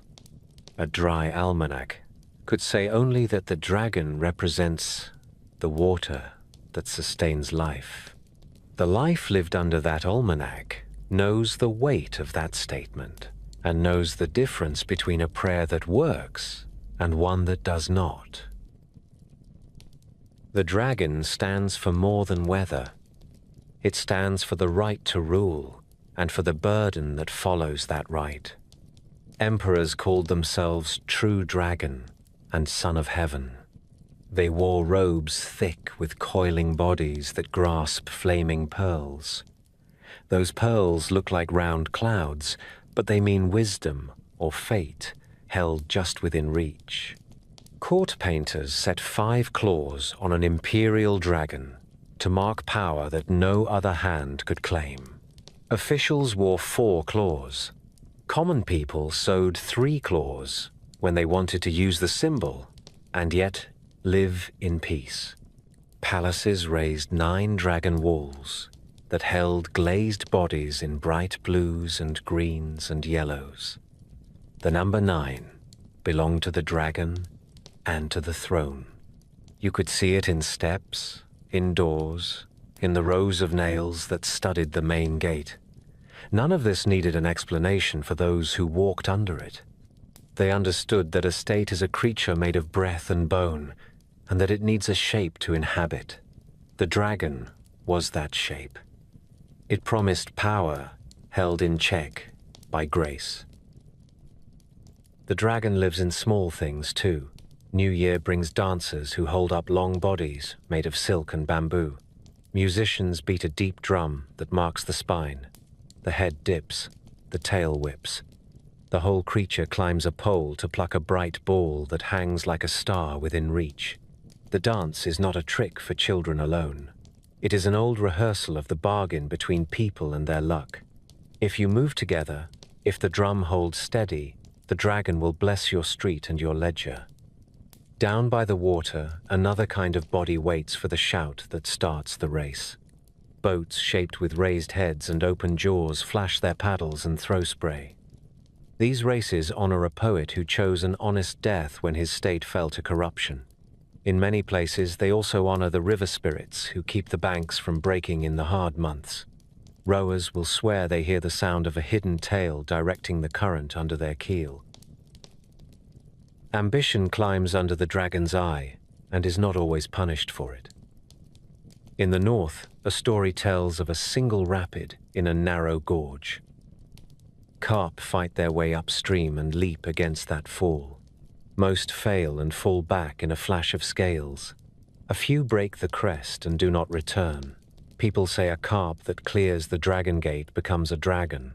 That is not a promise of magic for fish.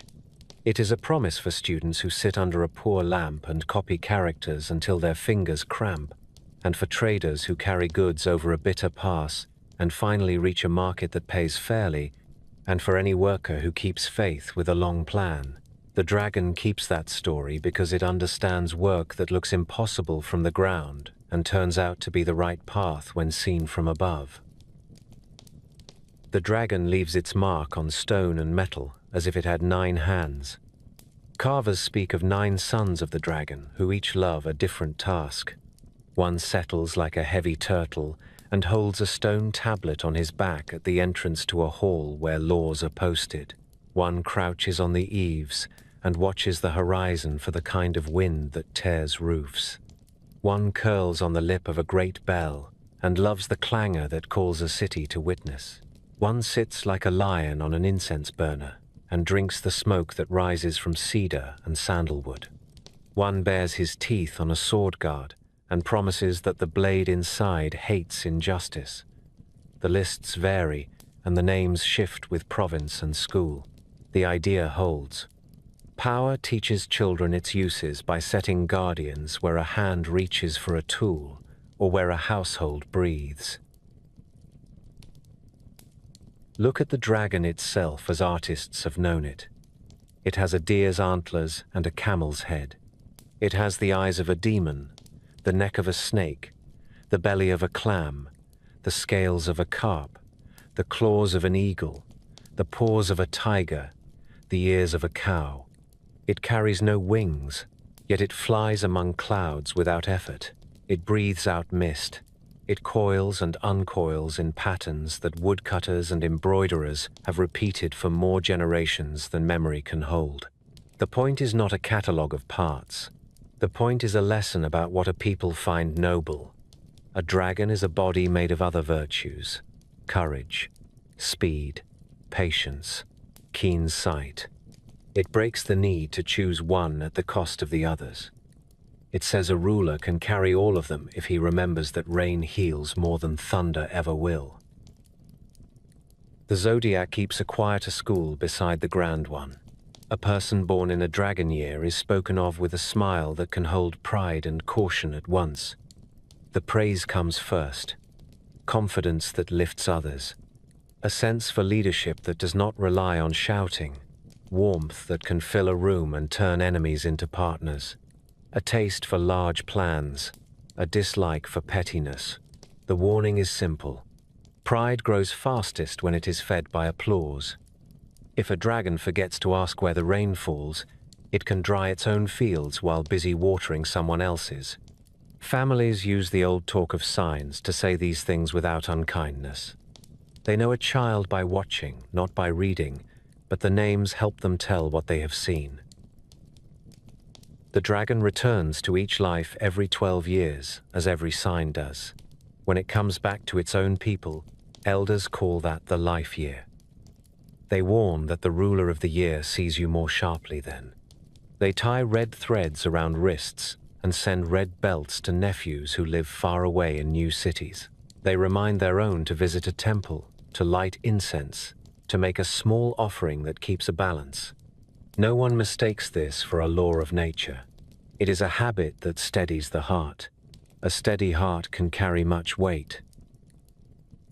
Travel beyond the central plains, and the dragon keeps its profile while taking local flavor. In Korea, the Yong rules water and appears on palace tiles where rain spouts end. In Japan, the Ryu curls along temple beams and looks down on a basin where visitors rinse their hands.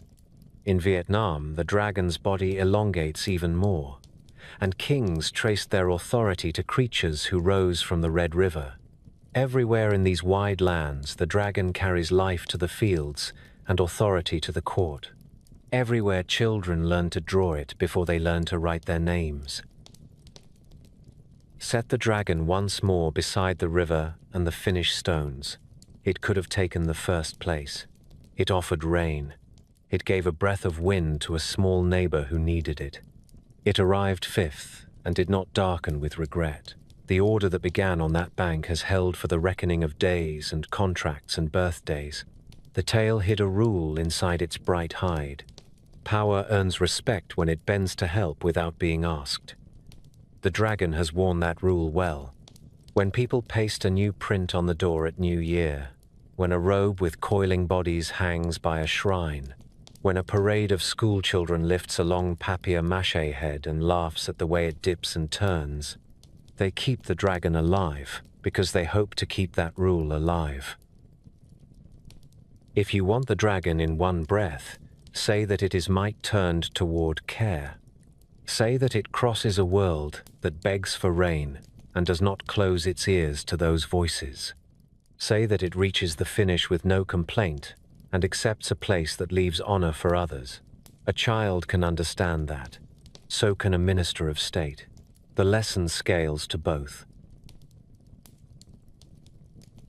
The river wore a skin of silver that morning, and the reeds praised it with a soft hiss.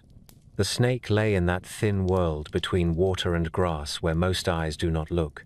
It did not stamp or pace. It kept still and measured the channel. A fish broke the surface and left 3 circles behind.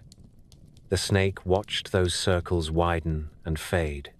The current ran hard at the center, easier at the edges, and tricked any creature that confused noise for strength. The snake did not confuse them. It watched the river the way a calligrapher studies a blank page. Too much force would spoil the stroke. The right touch would carry it farther than any frantic splash. The herald on the flat rock lifted the staff. On the bank, the horse tossed its head. Sunlight slid on the long muscles across its chest. The snake eased forward in the shadow of a drifted branch and came to rest near the horse's foreleg. The hoof rose and fell. Foam lapped. The snake found the scalloped hollow above the hoof and took hold in a curve that matched bone. When the staff struck stone, the horse went in like an arrow let fly. The snake kept to its redoubt and felt each shock of the river pass along the limb into its own body. It did not cling in fear. It rode balance as if it had practiced this exact path in a dream. The horse drove through the first run of water with clean power. The tiger carved a furrow nearby, all breath and force and steady rage. Far ahead, the ox went on like a walking wall, the rat small as a shadow on its back. The rabbit found stones, and then the floating log that seemed to arrive only when needed. Up in the clear air, a long body turned in cloud and did a small kindness to the day. The snake did not weigh these others with the kind of envy that wastes breath.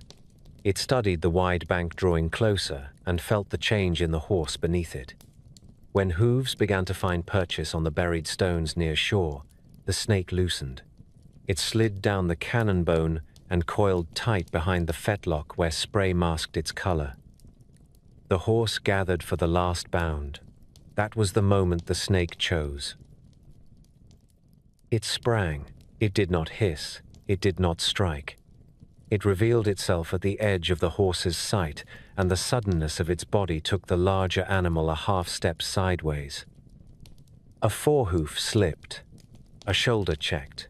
It was nothing that would lame a good runner. It was enough to open a window that lasted only as long as a quick breath. The snake crossed through that window.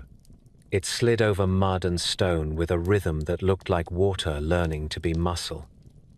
The finish line rose in a dark arc ahead. The snake reached it and set its weight across the border between race and record. The herald raised the staff again, and the scribes wrote the 6th mark. The horse came a heartbeat later, snorting in surprise, still the 7th by the length of a stride. The court made its sounds, a murmur of approval from those who love clever means, a rustle of discontent from those who prefer their trials loud and simple. The Jade Emperor watched both animals in silence and then turned his gaze to the snake. The snake bowed in the way of its kind. The Emperor gave a single nod. There had been no broken rule. There had been judgment, timing, and a choice that asked for calm nerve more than bulk. The place belonged to the creature that had taken it without waste or cruelty. In the long telling, that is how the snake enters the round of years. It is not the loudest lesson on the bank. It is one of the sharpest. The calendar writes that lesson into the body of time. The sixth earthly branch is called sea. It rules the double hour from 9 to 11 in the morning, when breakfast has settled and hands find their work with ease. It rules the fourth lunar month, when spring ceases to be a promise and begins to bite with warmth. Fields are furrowed, seedlings stand with true leaves. The first snakes appear on stones near irrigation ditches to drink sun through the skin.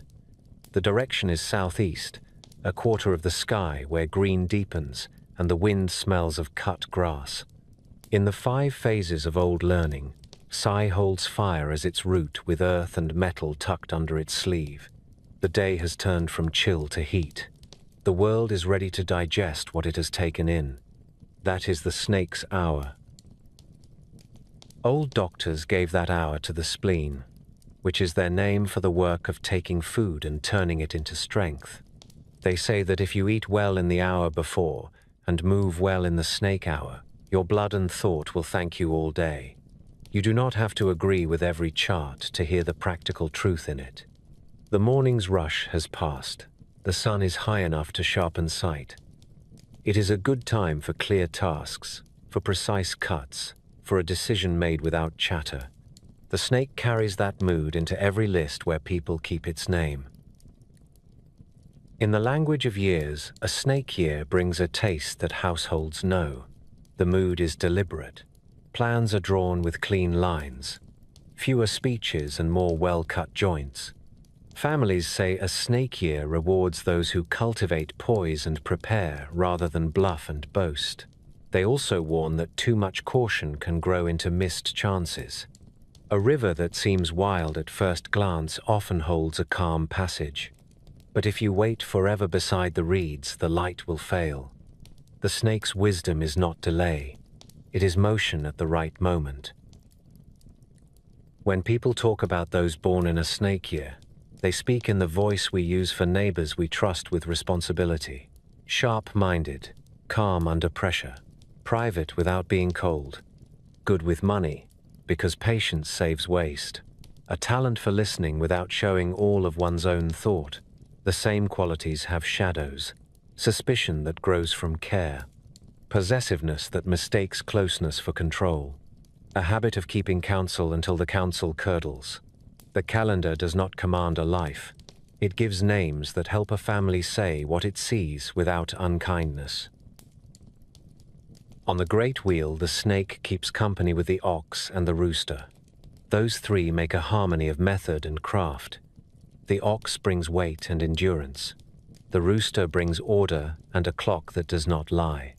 The snake brings insight and a steady hand at the moment of choice. The snake's secret friend is the monkey. Wits recognize wits. In their best seasons, they can pull off work that looks like magic only because the plan was cut to the grain. Across the circle sits the pig. The 2 signs clash in the old speech. They do not hate each other. They often fail to understand each other. One appreciates quiet control. The other loves an open table where nothing is hidden. The trouble between them is not fate. It is work that must be done on both sides if they would share a courtyard in peace. Each return of the snake wears an element that leans the sign one way or another. A wood snake builds trellises and paths and trusts growth that is guided rather than forced. A fire snake glows with charisma and moves faster than others believe possible. An earth snake is steady and confident in routine. A metal snake is exact and will not bend a rule for a short smile. A water snake hears what is not said and can change course, like a river that learns a new bed overnight. Elders remember these names not as doctrines, but as useful tags on years that brought change. A shop expanded in a metal snake season. A household moved in a water snake and found that the new city fit better than fear said it would.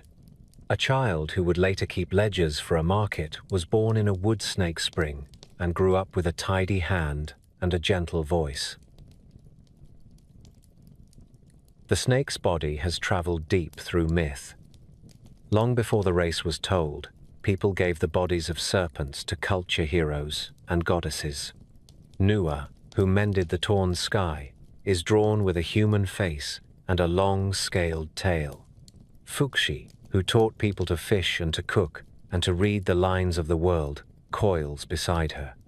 They cross their tails in old stones as if to say that craft and care belong together. The image does not make the Zodiac snake a god. It tells you that the curve of that body stands for creation as well as cunning. In many villages, the snake is called a small dragon. It moves without legs, and yet masters ground and water with ease. A dragon brings rain from the air. A snake brings rain to mind when it slides from shadow after a storm to lie warm on a stone. There is a story told wherever the West Lake throws back a white sky. A man met a woman on a bridge when the willows were young. They married. They brewed medicine. They did no harm. The woman was a snake who had taken a human form to live among people. A man in robes swore that this was unlawful. He tricked her husband. He broke the house. He bound the wife under a pagoda built to keep goodness from breathing. Over time, the stones fell. The tale has been shaped by schools that argue about law and mercy. It remains a love story that refuses to make the snake a monster. It makes her a heart that kept its promise longer than the world kept faith with her. If you want to know how the sign lives in human rooms, you could do worse than listen to that one until the lake mist settles your thoughts. Snakes appear in the hard season as well. On paper, charms pasted to doors around the 5th day of the 5th month, when heat begins to rot stored food and bite small children. People paint the 5 poisons and ask that visible images of harms keep the invisible harms at bay. A snake curls there beside a scorpion and a centipede and a toad and a spider. Mothers hang small pouches stitched with herbs around the necks of their children. Some pour a little sharp wine and say a name of protection. The point is not fear, it is acknowledgement. The creatures that worry a household can also guard it when set under watch. The boundary between danger and defense is thin. The snake stands on that threshold. In the south, and along old river roads, there are small shrines where people bring a dish of eggs or a cup of clear spirit to a guardian with a narrow head. In drought, they ask for rain. When the rats become too bold, they ask for a cold glance to remind the rafters that someone watches from the thatch. Fishermen scratch a sign on the gunwales of a boat and touch it before casting the net. No one thinks the snake in the shrine is the same as the snake on the calendar wheel. People are comfortable with many bodies for one idea: watchfulness, renewal, the clean strike that saves a crop from a nest of thieves. Art holds the sign in 1,000 small ways. A paper cut of a coiling body with a peony bloom in its mouth gets taped above a shop ledger at New Year with an easy joke about wealth that grows in quiet. A seal carver works a length of agate and leaves a snake twisted into the handle so that each use reminds the hand to turn with care. A jeweler bends silver around a bright stone, and a bride wears it on the wrist, not as a gesture of threat, but as an emblem of grace that does not wobble. The body of a snake teaches line and point to anyone who cares about shapes. It has no wasted parts. That is why painters learn from it, even when they are not painting it. Set the sign beside the body again, and the old medicine draws another line. The snake hour sits after breakfast. That is the time when a household has taken in fuel and must make useful flesh from it. If you have ever worked in a kitchen, you know the truth of that without a book. The morning clatter settles. Knives move in clean strokes. Pots find their patience. The cook stops talking and begins to make the room smell like a promise.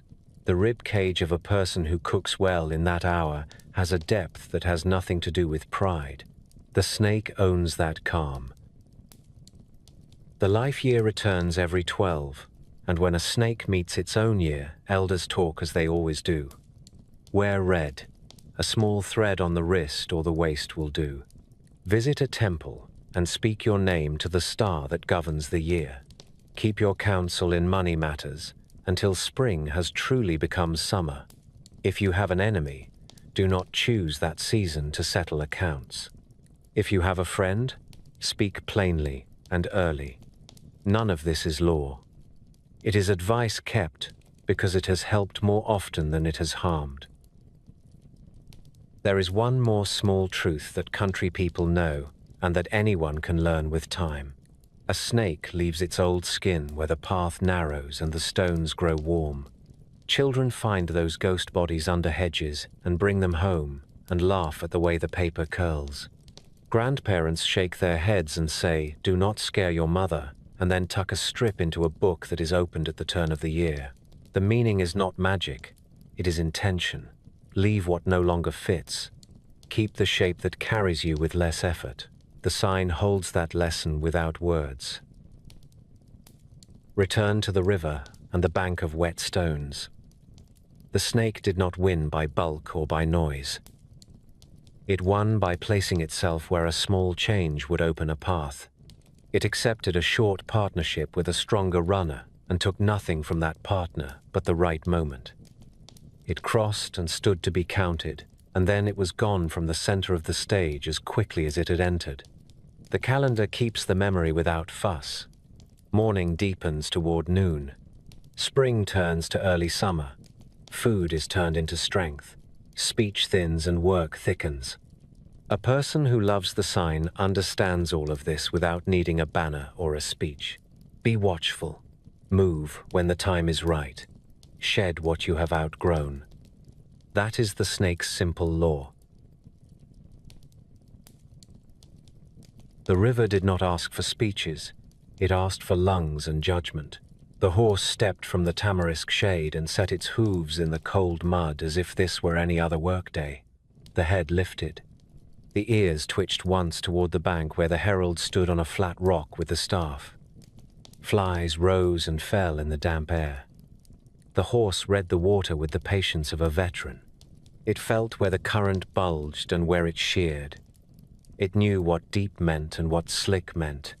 The breath in its chest was steady and deep, the kind of breath that can drive a plow at noon and still have strength left for a hill at dusk.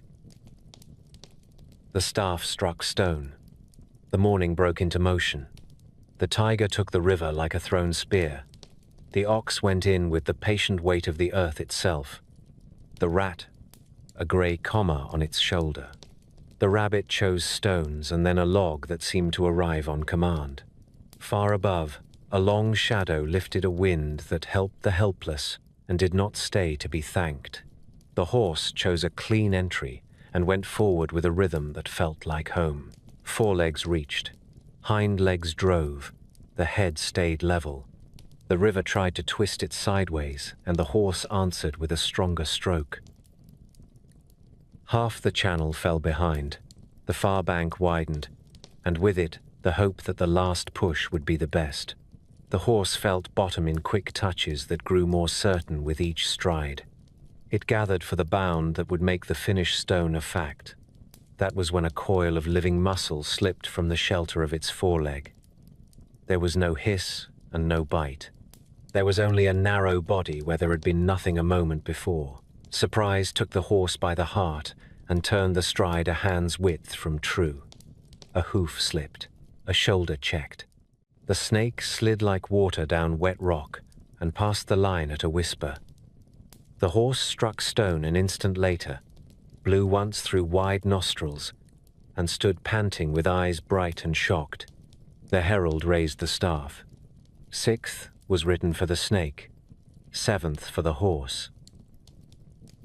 There was muttering from the crowd that always gathers at moments like this.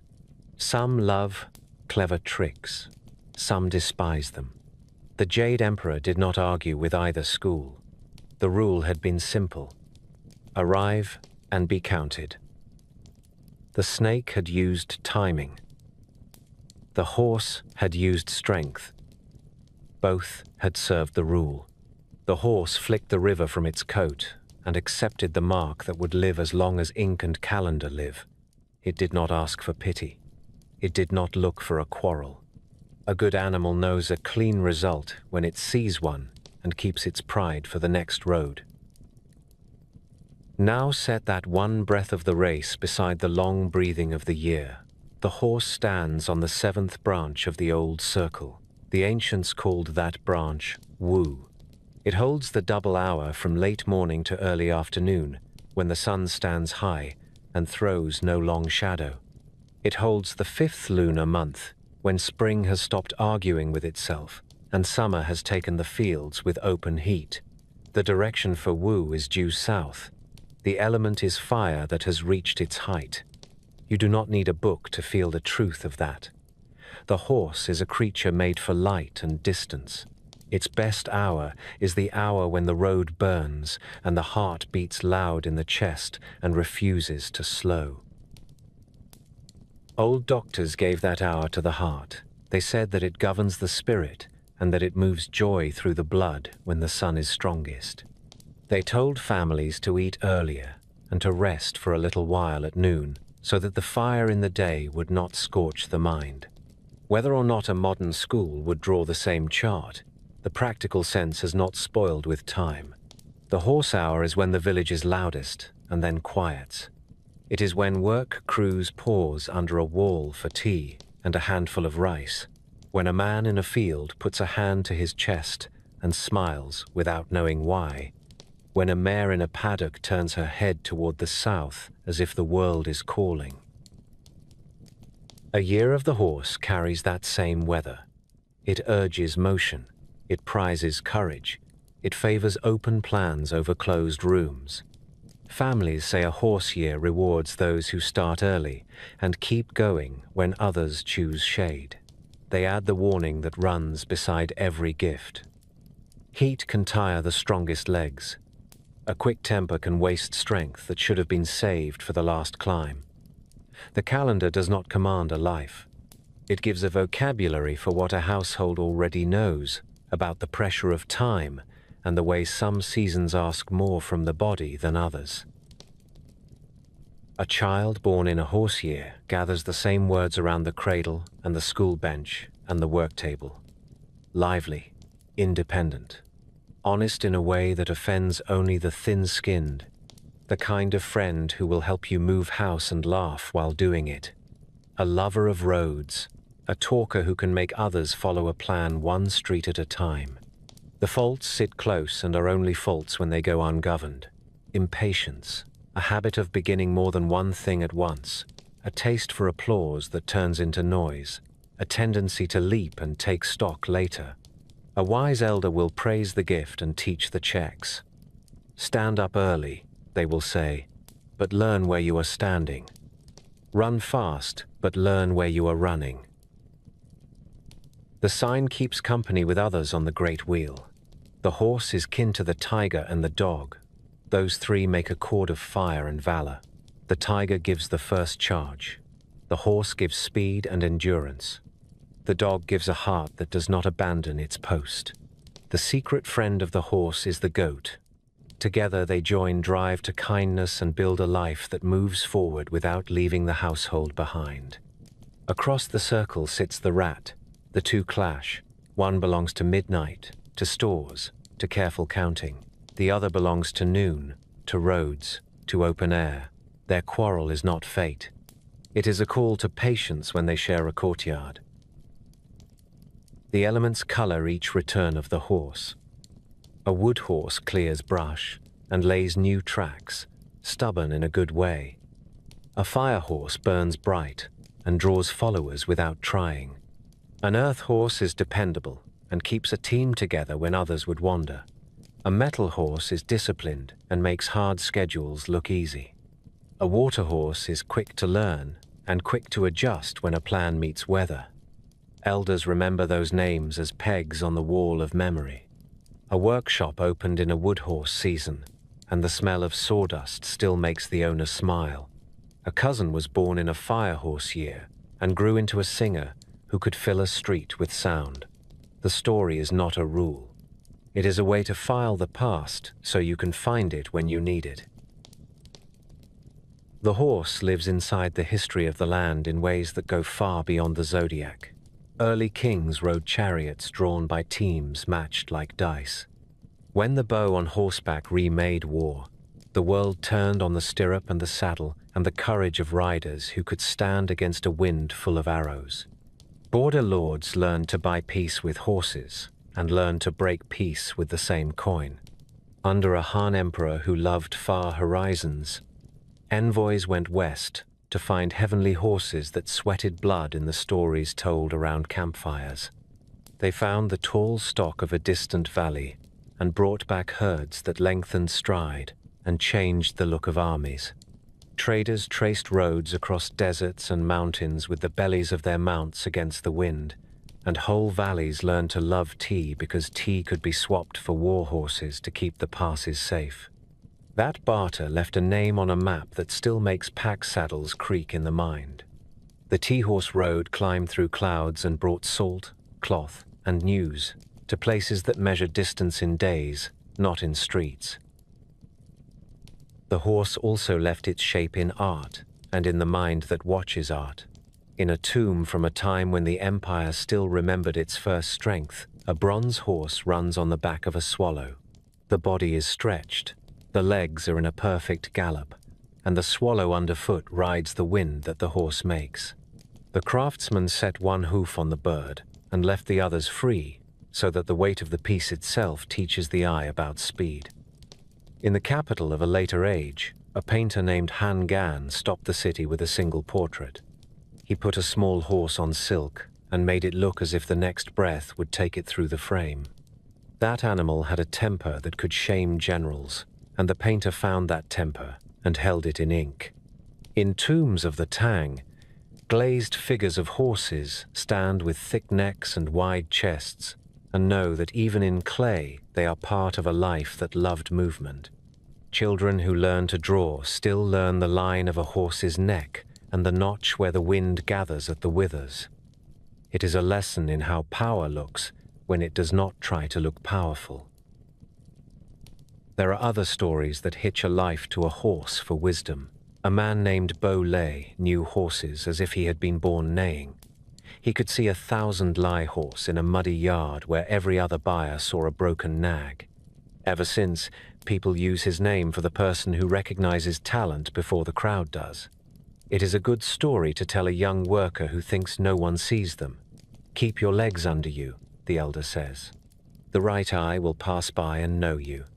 Do not waste your heart on the wrong stable. Religion and law take their share from the herd.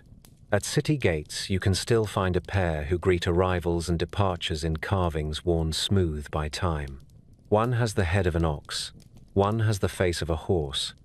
They are officers of the underworld who keep order among the dead and who escort the newly arrived so that the living can sleep without hearing footsteps in the night. The pair are not Zodiac animals in that role. They are simply working officials who carry the same mood. Straight backs, hard tasks, no appetite for glory. In villages that breed fine animals, there is a day when the horse king is thanked with incense and noodles for keeping the foals strong and the mares docile.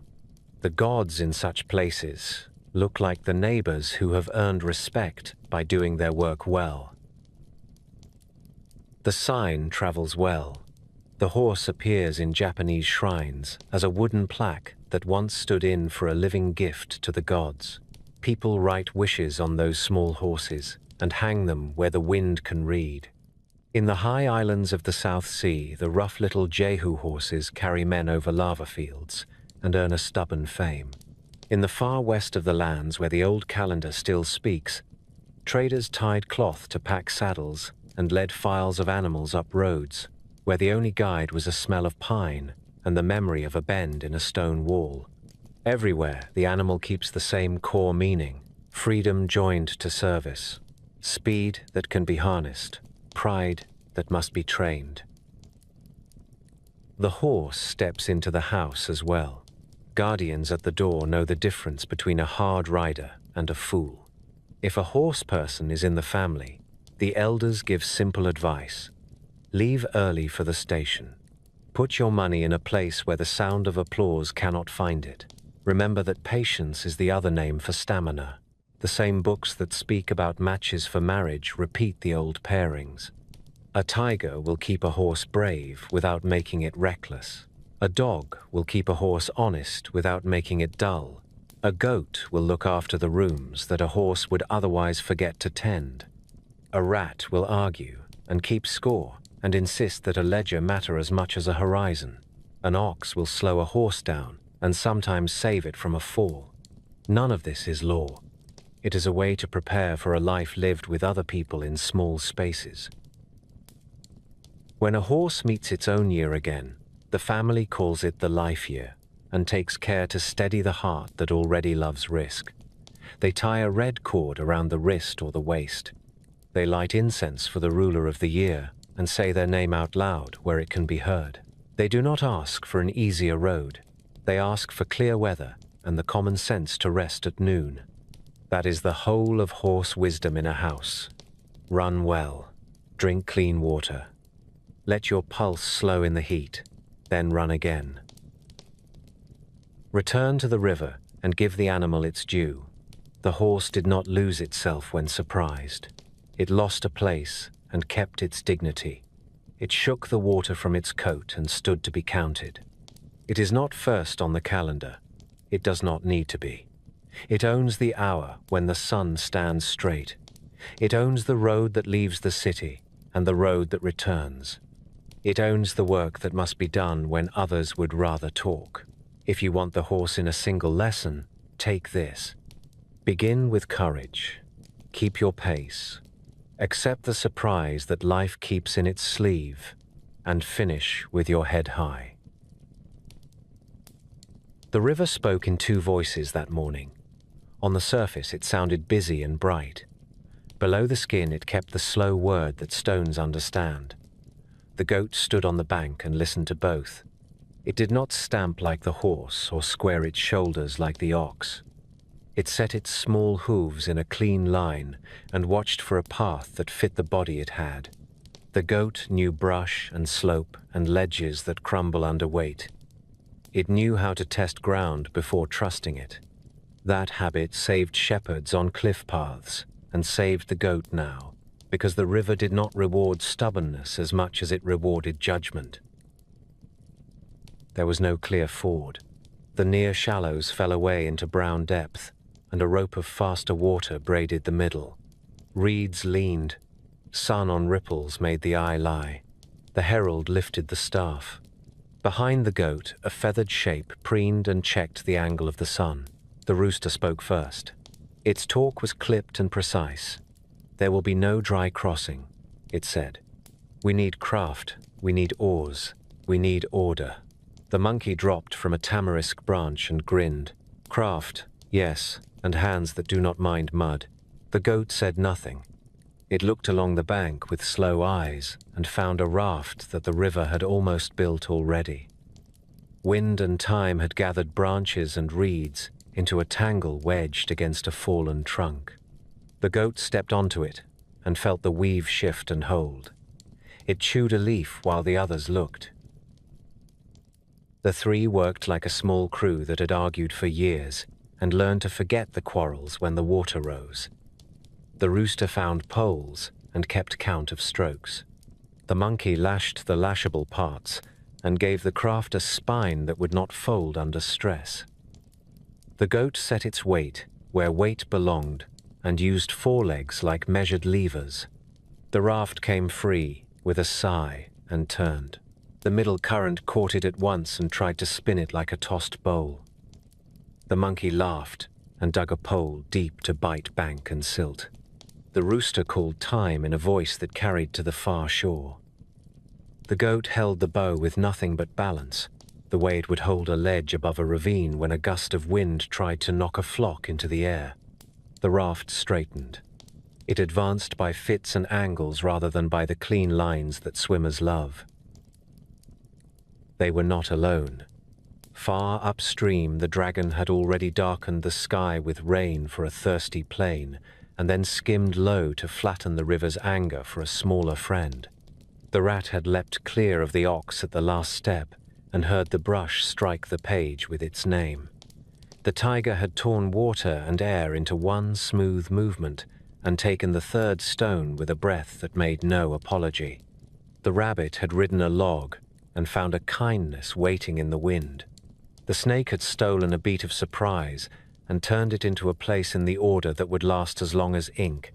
The horse had answered the surprise with pride that did not curdle. The raft crew had no time to measure any of that. Their craft banged a hidden stump and slewed. The monkey swore with affection and pushed. The goat leaned into the next small space the river offered. The rooster kept its count and never let the rate slacken. The far bank grew real. The reeds there looked like separate spears instead of a single green wall. The goat smelled clay and willow and the good rot that binds river earth. The raft took ground and stuck. The monkey jumped first and hauled. The rooster hopped onto clean footing and steadied the stern with a pole as if it were a mast on dry land. The goat stepped off last and tested each patch of mud before trusting it. Then the three ran. That was the only part of the passage that felt like a race. They reached the finish stones in a rush and stopped with a small comedy of elbows and feathers. The herald raised the staff, and the court smiled, as if this kind of arrival had been expected from the first decree. 8th for the goat, 9th for the monkey, 10th for the rooster. The tally fit what anyone who knows crews would predict. The quiet one who keeps a line true gets counted first. The nimble one who fixes what breaks comes next. The voice that keeps time and remembers the rules brings the group home. No one asked for a speech. The Jade Emperor's gaze passed over the three and paused on the goat with a small warmth that meant approval for the kind of strength that does not shout. The goat bowed the way a mountain animal bows, with a plain dip of the head and a look that says, "The work is done, and the work was worth doing." The order of the years had gained one more stone, and it belonged to a creature that moved in company and never pretended it could fly on its own. That is the race page. The calendar keeps the rest of the chapter. The goat sits on the 8th earthly branch. The ancients called that branch Way. It marks the double hour from 1 to 3 in the afternoon, when heat presses close and even busy courtyards thin to a hush. It marks the 6th lunar month, the heart of summer in much of the land, when hay dries on racks in the north and hillsides in the south hum with insects and drip with leaf. The direction for Way is southwest, a corner of the compass that belongs to long light and to the slope where day leans into evening. In the old language of elements, Way holds earth as its root, with traces of fire and wood under the hand of the season. Put the raft beside those measures, and the two pictures agree. The goat takes weight where weight is needed and carries the day through its hottest hours without drama.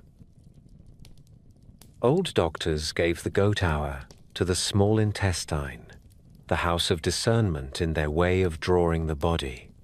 They say that after the heart has burned brightest at noon, the body sorts what is clear from what is turbid.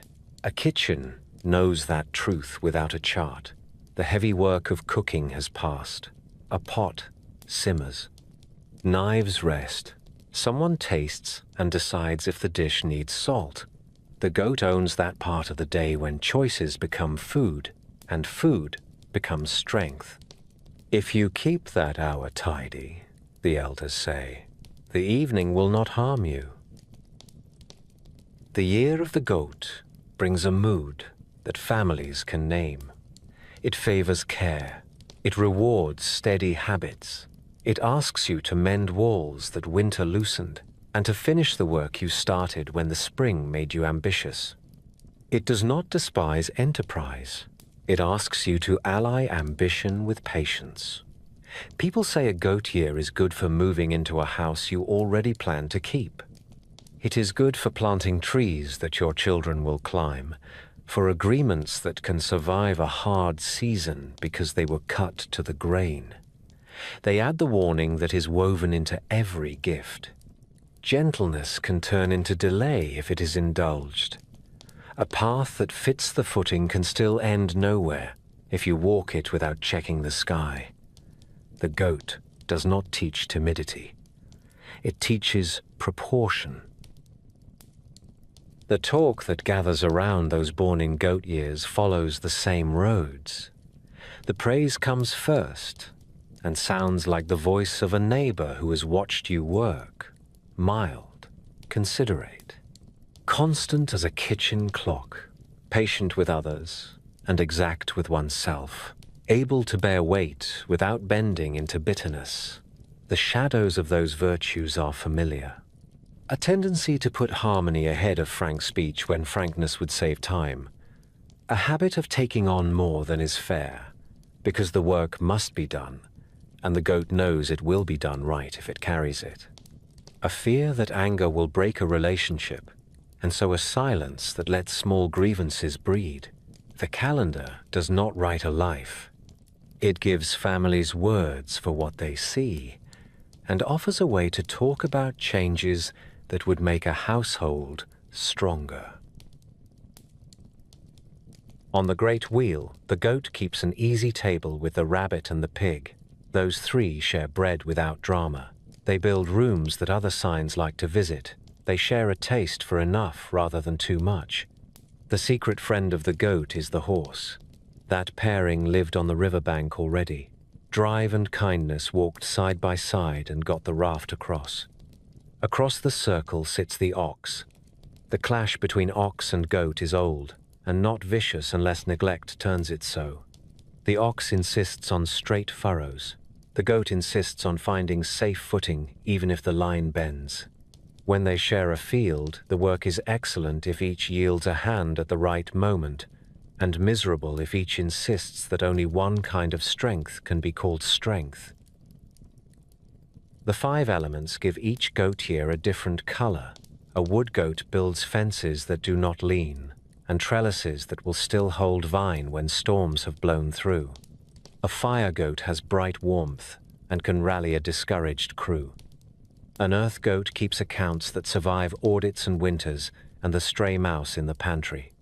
A metal goat holds the line when others blur it and keeps a promise down to the last clause. A water goat listens until a plan becomes better than the one first proposed. Elders remember those names as tags on seasons that changed a family. A grandfather opened a wool shop in a metal goat year and never needed to change the weight of his cloth to keep customers. A cousin married in a wood goat summer under a pergola that grew more shade each year and now carries grapes for grandchildren.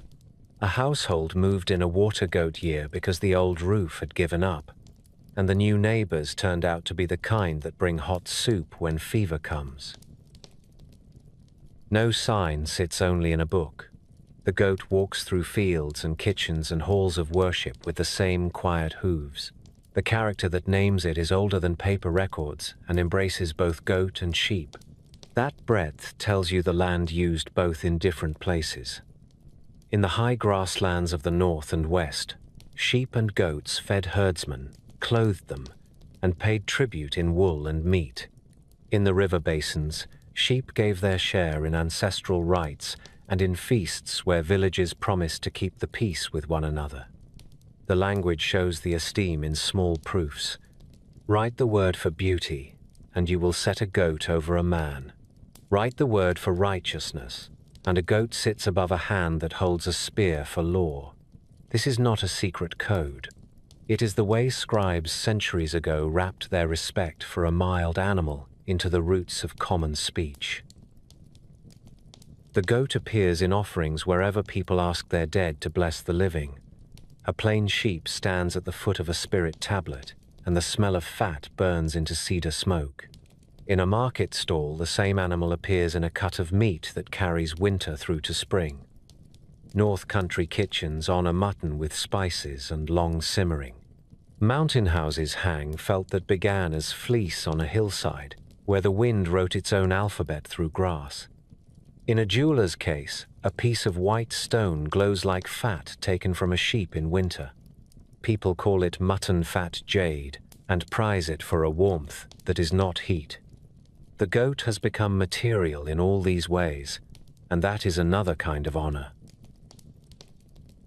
The sign also moves in art where luck and calendar meet. At New Year, a bright print may show 3 goats on a slope under a rising sun. People call that picture 3 goats bring renewal. The words make a pun that old books already loved, and the image invites the year to turn soft again. Children learn the phrase long before they learn why it started. They repeat it with the easy faith that makes villages work. In other prints, a child rides a sheep with a branch of peony in one hand. You can read that as a wish for prosperity that behaves itself, a home that is well fed and yet gentle. The goat does not roar in opera or stride on stage in a coat of scales, yet it appears in stories with a weight that stays. In one moral tale, taught with pictures, a lamb kneels when it drinks from its mother. Teachers point and speak about gratitude. Children grow and remember the shape of that kneeling. The tale is simple. It is what homes rely on when the house is loud and the day is long. In other tales, the goat stands as proof that soft manners do not mean a weak will. Shepherd boys outweight wolves by understanding the land better than hunger does. Grandmothers carry a kid over a ridge that grown men dislike and arrive laughing because their feet know every stone by name. Medicine and house rules mark the sign as carefully as temples do. The goat hour is a good hour to drink water and to rest the eyes. It is the right time to sort tasks into what must be done now and what must wait for evening. If a goat person is born into a family that loves early wins, an aunt will remind the child that finishing is a triumph of its own. If a goat person marries into a house full of loud signs, a cousin will quietly give them the ledger and the keys and take pride when the roof stops leaking on feast days. When a goat meets its own year, elders say what they have said for others. Tie a red thread at the wrist. Wear a small red belt if you like. Visit a temple where the stars of the year are honored, and speak your name so the guardian puts it on the right hook. Do not frighten yourself with street gossip that paints goat years as unlucky for births. Such talk is shallow and changes with fashion. A calm household raises strong children in any cycle. A careful plan makes a good year in any sign. The red is there to steady the mind. A steady mind keeps a home.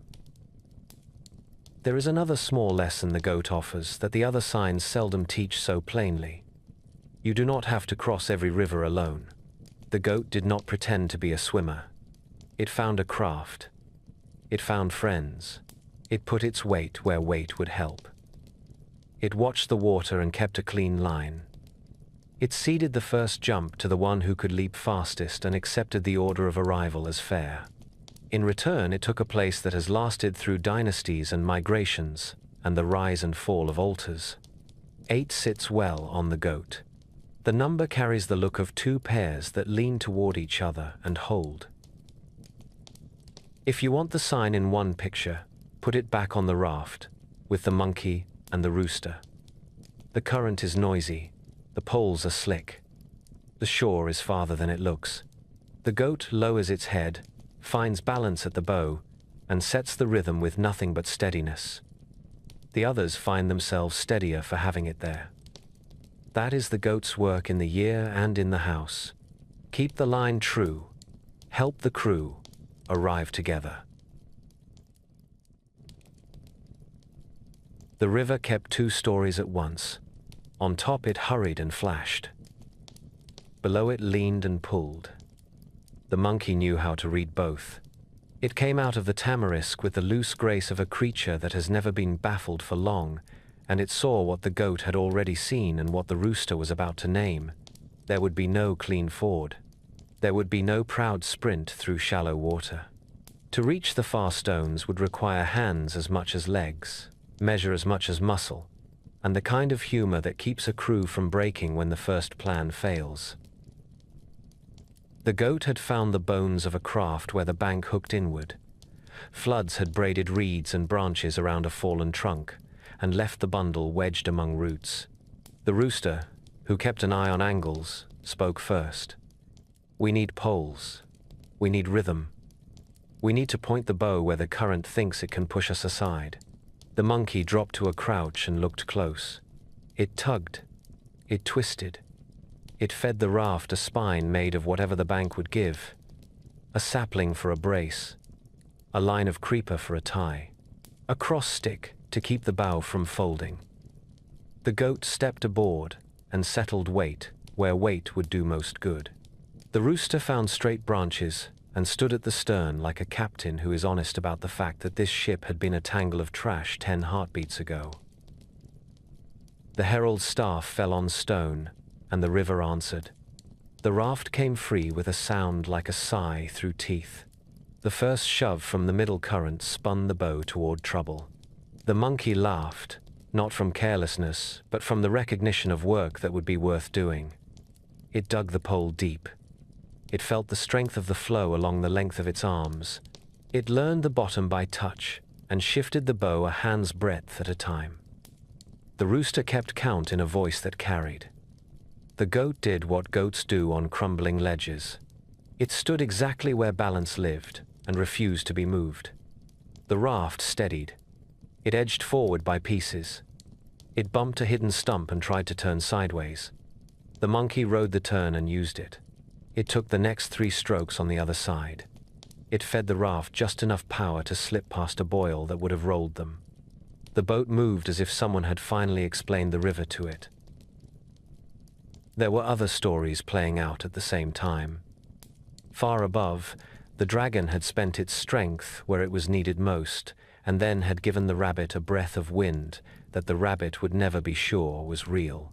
The rat had chosen a carrier and chosen a moment, and made both count. The ox had done the long labor without complaint. The tiger had taught the water what courage looks like when it cannot be mistaken for anything else. The snake had lived by judgment and taken a place with a whisper. The horse had kept its pride when a surprise broke the stride. The raft crew did not watch any of that. They had no time. The monkey counted along with the rooster, not on the same numbers but on the same faith. The goat leaned and made its small hooves into instruments more precise than any tool. The river told them no more lies than usual. It still tried to throw them back. The far shore gained edges and colors. Willow leaves separated. Clay took shape. The raft ground into mud and stuck. The monkey leapt first. It pulled and shoved and found the hidden firm places that let a body borrow strength from the bank. The rooster hopped after with a pole braced like a yard on a quiet day at sea. The goat came last and stepped as if the whole of the world were a sheep track on a high ridge. The 3 ran together for the finish stones, and only then did the day feel like a race. They crossed in a neat flurry. The staff rose and fell. 8th mark for the goat, 9th for the monkey, 10th for the rooster. The order matched the work that had been done. The Jade Emperor watched without a smile and still managed to look pleased. He has always liked it when a plan goes right, that did not begin as a plan. That is the river page. The calendar keeps the rest. The monkey sits on the 9th earthly branch. The old name for that branch is Shen. It holds the double hour from mid-afternoon to near sunset, the time when shadow begins to lengthen across fields and streets. When shopkeepers look at what is left on the stall and decide what can be sold more easily tomorrow, when a worker who has been stuck since morning finds the joint that was holding everything wrong and sets it straight. Shen marks the 7th lunar month. The air turns from the bright heat of high summer toward the steel of early autumn. In the round chart of directions, Shen leans toward the southwest on the path to the west. In the stack of elements, the branch hides metal as its root, with water and earth laid under it by season. The mood is clear sight and quick hands. A good hour for exact motions and for choosing that last short task that will make the whole day feel finished. Old doctors gave the monkey hour to the bladder. They mean that the body must move what it no longer needs so that evening can be calm. Anyone who has carried a day of trouble in the kidneys knows the truth that sits behind the chart. The late afternoon gives you one more chance to steady yourself before family and night fall on the house. The monkey writes that into the clock. It is the sign of second wind, of last good choices, of the small change that turns work into completion. You do not need a medical book to feel that. You need only a bench beside a shop door and the habit of watching neighbors at 4 of the clock. A year of the monkey brings the same edge. It favors quick minds and clean pivots. It gives chances to those who can improvise without turning improvisation into chaos. Families say a monkey year rewards those who prepare and then play. It can also tempt the clever into talking when the time for talking is over. A plan that lives through a monkey year is a plan that can survive surprise. A fool who tries a trick every hour will still be a fool in a house where the ledgers will not laugh. The sign does not promise blessing to everyone who grins. It asks for a particular kind of work. Prepare, watch, change as the world changes. Do not brag. Do not stop moving. When people talk about friends born in monkey years, they do not reach for rare words. They borrow from the street. Quick, charming, and good at finding a path through a crowd. The person you want beside you when the stuck wheel must be freed. The neighbor who can talk officials into common sense without making them lose face. The colleague who meets a mistake with a joke that saves time and saves pride. The same list warns in small print, restless, prone to reach for the next thing while the current thing still needs polish, eager to see the shape of a triumph before the first joints are cut. Knowing the flaw does not cancel the gift. It only tells you where to set a hand. On the great wheel, the monkey keeps easy company with the rat and the dragon. Those three share a taste for plans that work because they were built with a brain as well as a back.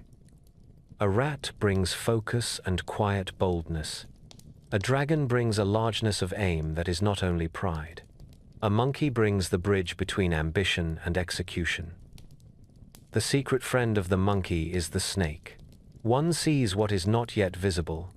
The other moves at the exact right moment. They do not need to explain themselves to each other. Across the circle sits the tiger.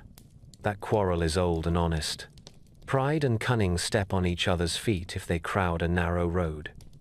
When they have room, they can also save a valley together. The wheel holds both truths without apology.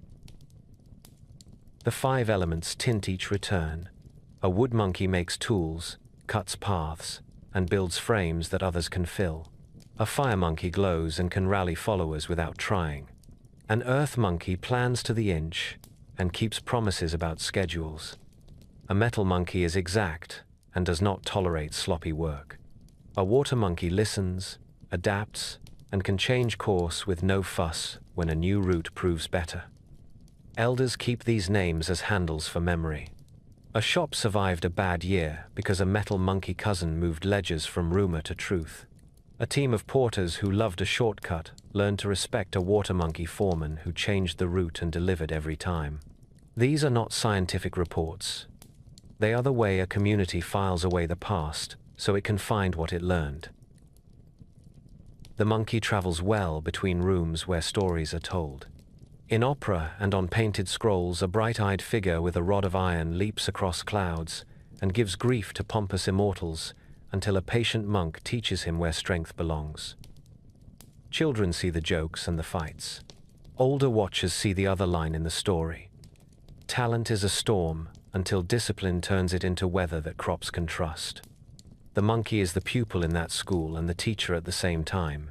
He fails, he laughs at himself, he tries again, and he becomes what a whole country now recognizes at a glance when a mask is lifted on a stage. The lesson fits the sign better than any sermon. The monkey climbs the walls of houses in a different way during the New Year season. Paper prints show it offering a peach, the fruit that belongs to a queen of the West who keeps long life in her garden. A monkey holding a peach is a wish for health that lasts. Another print shows a monkey on a horse. The two together say promoted at once because monkey and marquee sound alike and horse can mean at once when you use a phrase that everyone already knows. Merchants hang these puns without shame. The calendar has always been a language of jokes that mean more than they admit. Painters loved monkeys, even when they were not teaching luck. Gibbons and macaques in old hand scrolls stretch from branch to branch over streams that look clean enough to drink. A scholar in a mountain hut watches and smiles. In those pictures, the monkey is not a jester. It is a mirror for the life of the mind that seeks freedom from noise and yet still loves the world. That is another face of the sign.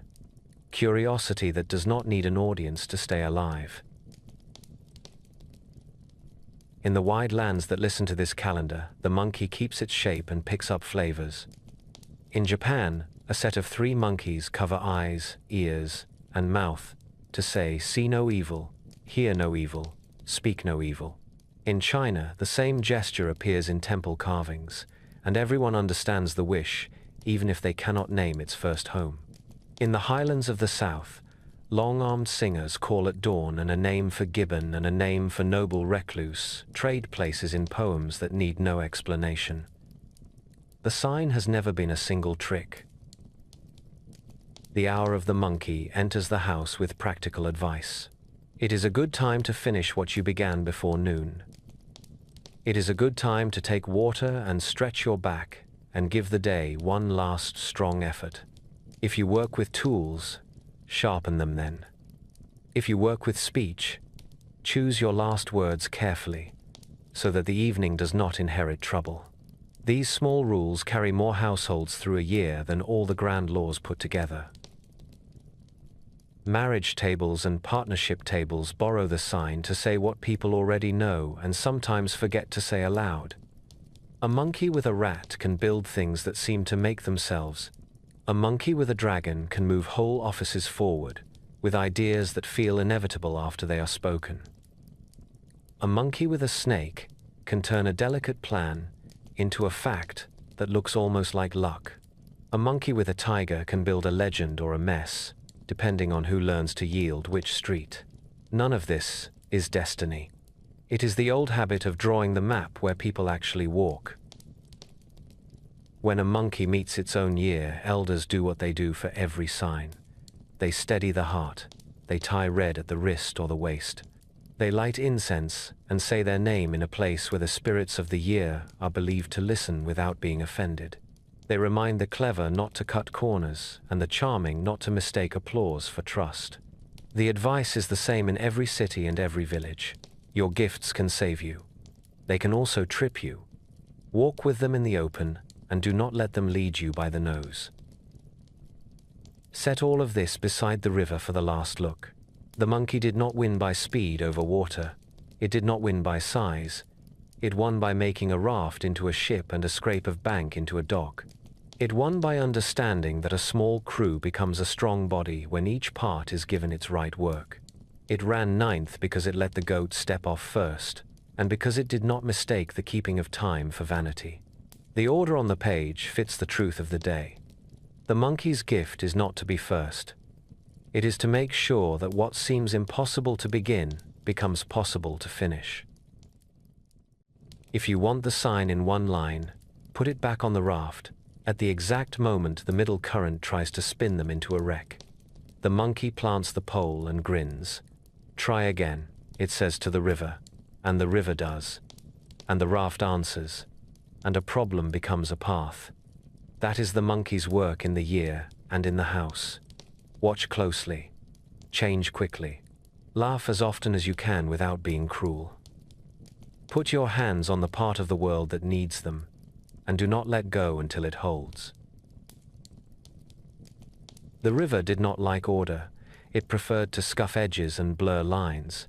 The rooster liked order and did not mind saying so. It stepped from the bank with feathers laid smooth as lacquer and looked over the water the way a steward looks over a ledger at dusk. The goat had already found a tangle of branches lodged among roots. The monkey was bending saplings into ribs and teasing creeper into rope. The rooster walked the length of the raft, tapped here and there with its beak, and spoke in a voice that could cut through wind. Poles first, 2 to a side, count loud. Do not let the bow drift. If you let the bow drift, you will row all day and sleep on mud. The herald's staff struck stone and the raft came free. The river tried its old trick at once. It spun the nose toward the channel that would swallow them and send wreckage downstream to become a different village's problem. The monkey laughed and planted a pole. The goat set its weight at the bow and found the narrow place where balance lives when the world pretends there is none. The rooster fixed its feet near the stern and began to call time in a clear, sharp measure that matched the beat of the current. 1, 2, 3. Shift. 1, 2, 3. Hold. The voice did not shout for pride. It carried because work needed to be heard. The raft steadied. It moved by angles rather than by curves. It bumped a hidden stump and slewed, and the count did not falter. The monkey shifted sides without being told. The goat leaned. The poles bit. The raft slid past the trouble, as if the river had meant to teach a lesson and found it already learned. There were grander scenes that morning. The dragon had knotted clouds and wrung rain where fields were cracked like old pottery. It had dropped low and given a breath of wind to a small grey traveller who clung to a log. The rat had chosen a partner, and then chosen a moment that would be remembered every time a market scribe wrote a birth year at the head of a sheet. The ox had carried the weight of water and of another life, and had not complained when the count put it second. The tiger had done what tigers do when the world pushes back. The snake had practiced patience and found the inch that others had missed. The horse had come up hard and true and kept its dignity when surprise took a place it had almost held. The raft crew had no time to watch any of that theatre. They had their lane and their rhythm and their craft that had been trash an hour before and was now a ship because 3 bodies behaved like one mind. The far bank separated into willow, clay, and reed. The raft took ground and stuck. The monkey jumped to pull. The goat stepped off last and tested each patch of mud before trusting it. The rooster carried the stern as if it were a mast on dry land and kept the line of the poles away from the tangle that would have trapped them. Then the 3 ran. The goat reached the finished stones first and bowed with its plain, mountain grace. The monkey landed next with a grin that had earned its place. The rooster came a close third in that little sprint and stood with wings half spread as if saluting the court for a day well run. The herald raised the staff and the order went to ink. 8th for the goat, 9th for the monkey, 10th for the rooster. It fit the work. The one who steadied the bow and bore the main weight was counted first. The fixer, who made a raft into a vessel, came next. The keeper of the clock and the compass brought the crew home and took the 3rd mark without complaint. The Jade Emperor watched the 3 with the look of a ruler who takes honest comfort in jobs done clean. His eyes rested a moment on the rooster and softened in a way that meant recognition. A world this large needs voices that know when to call and when to keep still. The rooster lowered its head and lifted it again like a formal bow and stepped aside to let the next tail reach the stones. The calendar carries that tail into the body of time. The rooster sits on the 10th earthly branch. The old name for that branch is U. It keeps the double hour from late afternoon into early evening, when the sun slides toward the west and the first blue of night appears in window glass. It keeps the 8th lunar month, the month of harvest in much of the land, when orchards grow heavy and smoke rises straight from small stoves in open courtyards. The direction for you is west. The element in the old learning is metal, cold, and exact, the kind that takes and holds an edge. You can feel all of that without a book when you work in a town that still sets its day by hands and habits. In that hour, a shopkeeper sweeps and counts and ties the last bundle. Children are called in from alleys. Men and women wash their arms to the elbow and taste the broth to judge the salt. The rooster owns that hour. It is the voice that closes the accounts and tells the house what the night will be like if the day is put away properly. The branch itself remembers another life. The sign that writes, "You began as the picture of a wine jar."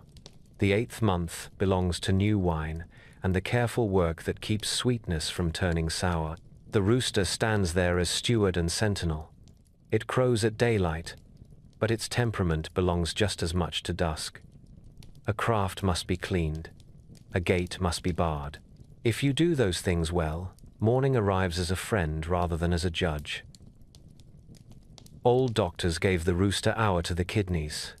They meant that in late day you should replenish what has been drained by heat and labor. Drink water that is clean. Rest the back. Do not stay in the sun after it has already done its work. Whether a modern chart agrees with the details is not the point. The point is the habit. A household that respects the rooster hour sleeps better. A field hand who takes that pause works a longer season and needs fewer bitter remedies later. A year of the rooster brings a taste that many people can name before the almanac says it aloud. It favors order. It favors schedules that are kept. It favors the kind of honesty that does not wait for permission. It often rewards those who work as if someone were looking over their shoulder even when no one is. It carries risks as any clear habit does. Punctuality can turn into scolding. Exactness can turn into vanity about being exact. The calendar does not replace conscience. It gives families quick words for traits they already see in themselves and in their neighbors. The talk that gathers around those born in rooster years sounds like kitchen talk at the hour when the day is being put away. Reliable, blunt, organized to the point where a messy friend will tease, and a grateful friend will ask for help. Proud of work when work is worthy of pride. Fine with standing in front of a room to present what others have only half finished. The faults are nearby. A taste for being right that can harden into a need to be right. A habit of speaking truths without weighing whose face is at stake. An eye for small disorder that sees dust and misses grief. These do not cancel the virtues. They trace the edge where care turns into fuss and strength turns into display. The wise elder praises what is sound and names the edge so a child will learn to step back from it. On the great wheel, the rooster keeps a close table with the ox and the snake. Those three make a harmony built on method, craft, and accountability. The ox brings endurance. The snake brings insight at the exact moment when the hand must move. The rooster keeps the measure and the law. If you have ever watched a workshop where a deadline was met without panic, you have watched those three energies share the room. The rooster's secret friend is the dragon. That pairing is easy to see without a chart. A large vision needs a clear voice to carry it through clutter and smoke. A strong voice needs a worthy vision so that it does not spend itself on noise. Across the circle sits the rabbit. The old words call this a clash. The rabbit loves soft timing and the mending of small things. The rooster loves a schedule written in ink and a rule that stays a rule. Put them in one courtyard, and they quarrel until each learns why the other insists. Then the house runs beautifully. Elements tint each return of the sign. A wood rooster builds shelves that fit their contents and rooms that breathe. A fire rooster lights a team and refuses to let a weak mood cancel a strong plan. An earth rooster keeps records that auditors respect and that a widow can understand when she must. A metal rooster is exact and does not love excuses. A water rooster is eloquent and can carry a room without losing the thread. Elders remember these names as markers on the family road. A shop opened its second stall in a metal rooster year and survived because the books were tight. A sister took a post in a school during a wood rooster season and made a library out of a storeroom no one believed could be tamed. A cousin who never quite trusted his own voice found it in a water rooster year and began to sell what he made rather than apologizing for it. The rooster has a long life in ideas and pictures. Country people speak of 5 virtues that the bird displays. Civility, because the comb sits on the head like a court cat. Martial spirit, because spurs stand ready like knives at the ankle. Courage, because it fights to guard its yard. Benevolence, because it clucks and calls food to its hens before taking any for itself. Trustworthiness, because it crows at the right hour without fail. These are not fables meant to make children smile. They are a way to say that a small creature who keeps time and keeps order teaches larger creatures how to behave with dignity. Look around at New Year, and you will see those virtues in bright paper and woodblock ink. A proud bird stands on a drum as if to call a town to attention.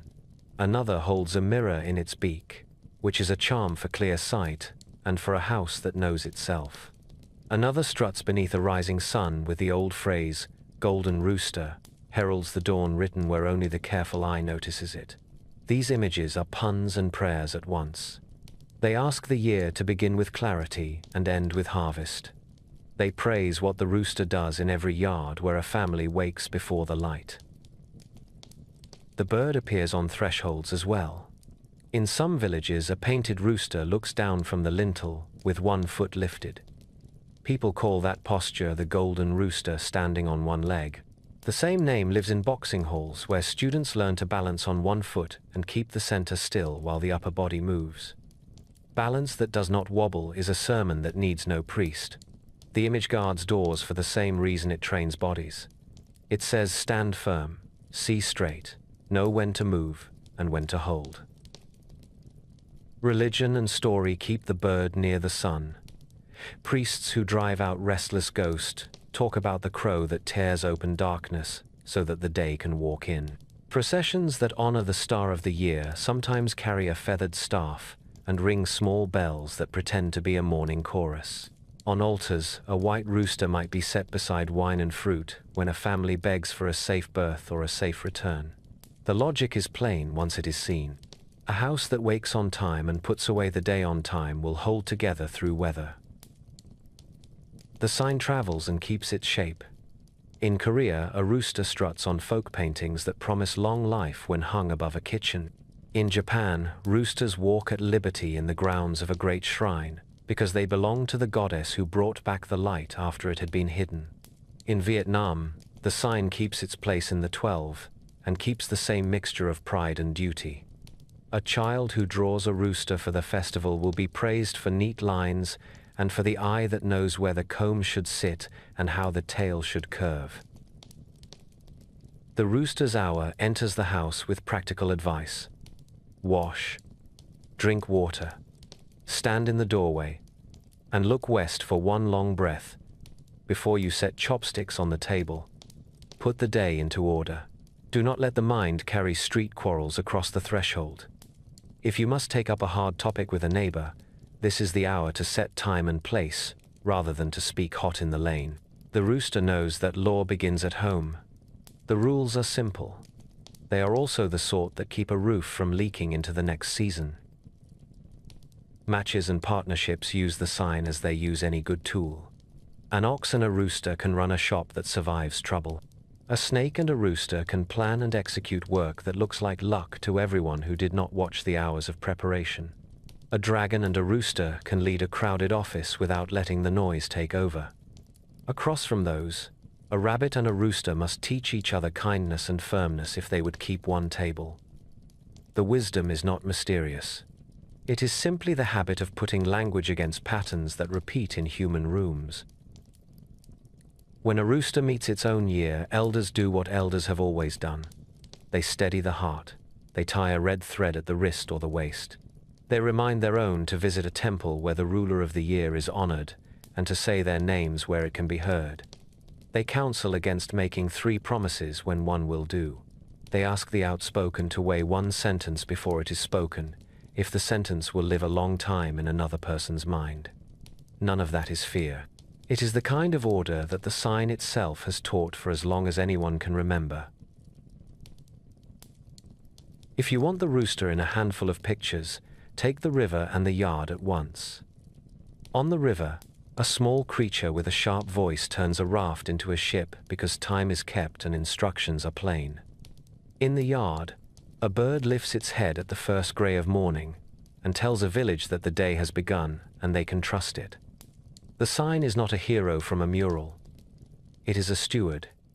It is a keeper. It is the habit of setting things straight at the end of the day, so that the beginning has room to breathe. That is why the rooster sits where it sits in the order of years. Not first, not last, but in the west, where the light leans and the clock asks to be respected. The world needs voices that say enough when enough is what will save a household. It needs a measured call that is not a scold and not a song, but something in between that makes people move in the right direction almost without noticing. The rooster gives that, and takes its 10th place without asking for more. Even before the herald lifted the staff, the dog had tasted the river. It lapped once and snorted at the chill, as if to say that a little cold never hurt anyone who kept a yard through winter nights. It was built for watch and run, not for pomp. A broad skull, keen eyes, a tail that announced mood before the mouth chose words. It trotted the bank and marked the smells that drifted from reed and clay, fish, mud, a whiff of the horses, the print of tigers, the faintest trace of rain in the higher air, which meant a long body in the clouds had already begun to think about kindness. The dog's mind made a quiet tally. The river was wide, but it was not a wall. It would swim it for the pleasure of swimming, and then it would run where its legs felt like drums, and its heart would pound for the simple joy of being alive. The staff struck stone. The dog went in with a clean dive and came up with ears slicked back and a grin that belonged more to a friend at the gate than to a competitor at a trial. It swam well. Few animals carry lungs that answer so easily to water and land. The dog cut a lane of its own and kept it, not fast as a spear but strong as a working oar. The current offered a wrestle. The dog accepted. It bit at the river's froth each time it turned its head and shook droplets like stars from its muzzle. Halfway across it paused, not from fear but from a sudden and irresistible urge to play. The river flowed around the pause with a patience that rivers reserve for creatures they have seen before. The dog splashed twice with the unashamed laughter of a pup. It chased its own wake for the length of a breath. Then it remembered the bank and the finished stones, and struck for shore with powerful strokes that would have carried it among the first if it had not chosen delight along the way. By the time the dog found bottom and bounded up through the reeds, others had already taken their places. The rat had leapt from the back of the ox and stood first in a way that would be argued about in kitchens for as long as grain was stored behind wooden doors. The ox had rested second with the gravity of those who do not mind carrying the weight for others. The tiger steamed in the morning light and held its head like a banner no wind could move. The rabbit shook water from its whiskers and looked up at the sky as if to thank a friend who never boasts. The dragon came down from cloud to accept a 5th place that looked like a medal for the rest of the world. The snake had made surprise into a bridge. The horse had swallowed surprise and kept its pride. The goat, the monkey, and the rooster had made a raft into a ship because 3 minds agreed to move like one. The dog trotted across the last stretch of mud, as if returning to a yard after a long patrol, and set both forepaws on the finished stone. The herald raised the staff, and the scribes wrote the 11th mark. The dog stood there, wagging, tongue out, pleased with the water that still ran from its coat, and pleased as well to be counted among the years. There were mutters. "Why so late?" said those who worshipped speed. The Jade Emperor did not bother to answer them. The decree had been clear. He had asked for arrivals, not apologies. The dog had swum true, and it had taken its own kind of joy seriously. In a world that would always value a brave guard and a faithful companion, there was room for a beast who did not forget to be happy, even when the race was being watched by heaven. Turn the page from the river to the calendar, and the dog takes its proper place in the body of time. The dog sits on the 11th earthly branch. The old name for that branch is Shu. It rules the double hour from early evening to the deepening of night, roughly from 7 to 9. It rules the 9th lunar month, when autumn is clean and the harvest lies safe, or nearly so in many provinces. The direction for Shu leans to the west by north. In the language of elements, the dog carries earth as its root, with fire sleeping under that earth and metal glinting nearby as the season cools. All of this reads like dry ink until you place it in a house at that hour. The lamps are lit, the gate is barred, the day is counted. This is the watch hour, a dog's hour. Families have trusted that sound for so long that the barking at dusk feels like a hinge on which home and world both turn. Old doctors gave the dog hour to the pericardium, which in their charts is the envelope that guards the heart and keeps it safe from heat and shock. They placed the triple burner in the hour beside it, the system that moves warmth and water so that all parts of the body have what they need. You can read those charts as poetry and still find sense. Evening is when a house settles the heart. It is when food and water become rest. It is when a steady voice can keep fear from taking advantage of the dark. The dog's hour carries that duty well. A year of the dog brings a mood that many recognize without consulting an almanac. It rewards loyalty. It rewards clear speech. It rewards the kind of work that makes neighbors feel safe. Contracts are read more closely. Promises are kept with fewer excuses. People are faster to stand up for those who have been wronged. The warnings run beside the gifts. A zeal for justice can sour into suspicion if the heart is not washed at dusk. A taste for frank truth can sound like scolding if it forgets mercy. A house run by a dog temperament is a fine house, as long as laughter is allowed to live at the table with rules. When people talk about those born in dog years, they speak in the plain language of trust, upright, loyal, brave in the ordinary way that counts most, which is the willingness to stand a post while others sleep. A good friend who answers a call before finishing the question. Quick to defend a child or a stranger. Ready to tell you an unpleasant truth that will save you from a larger hurt.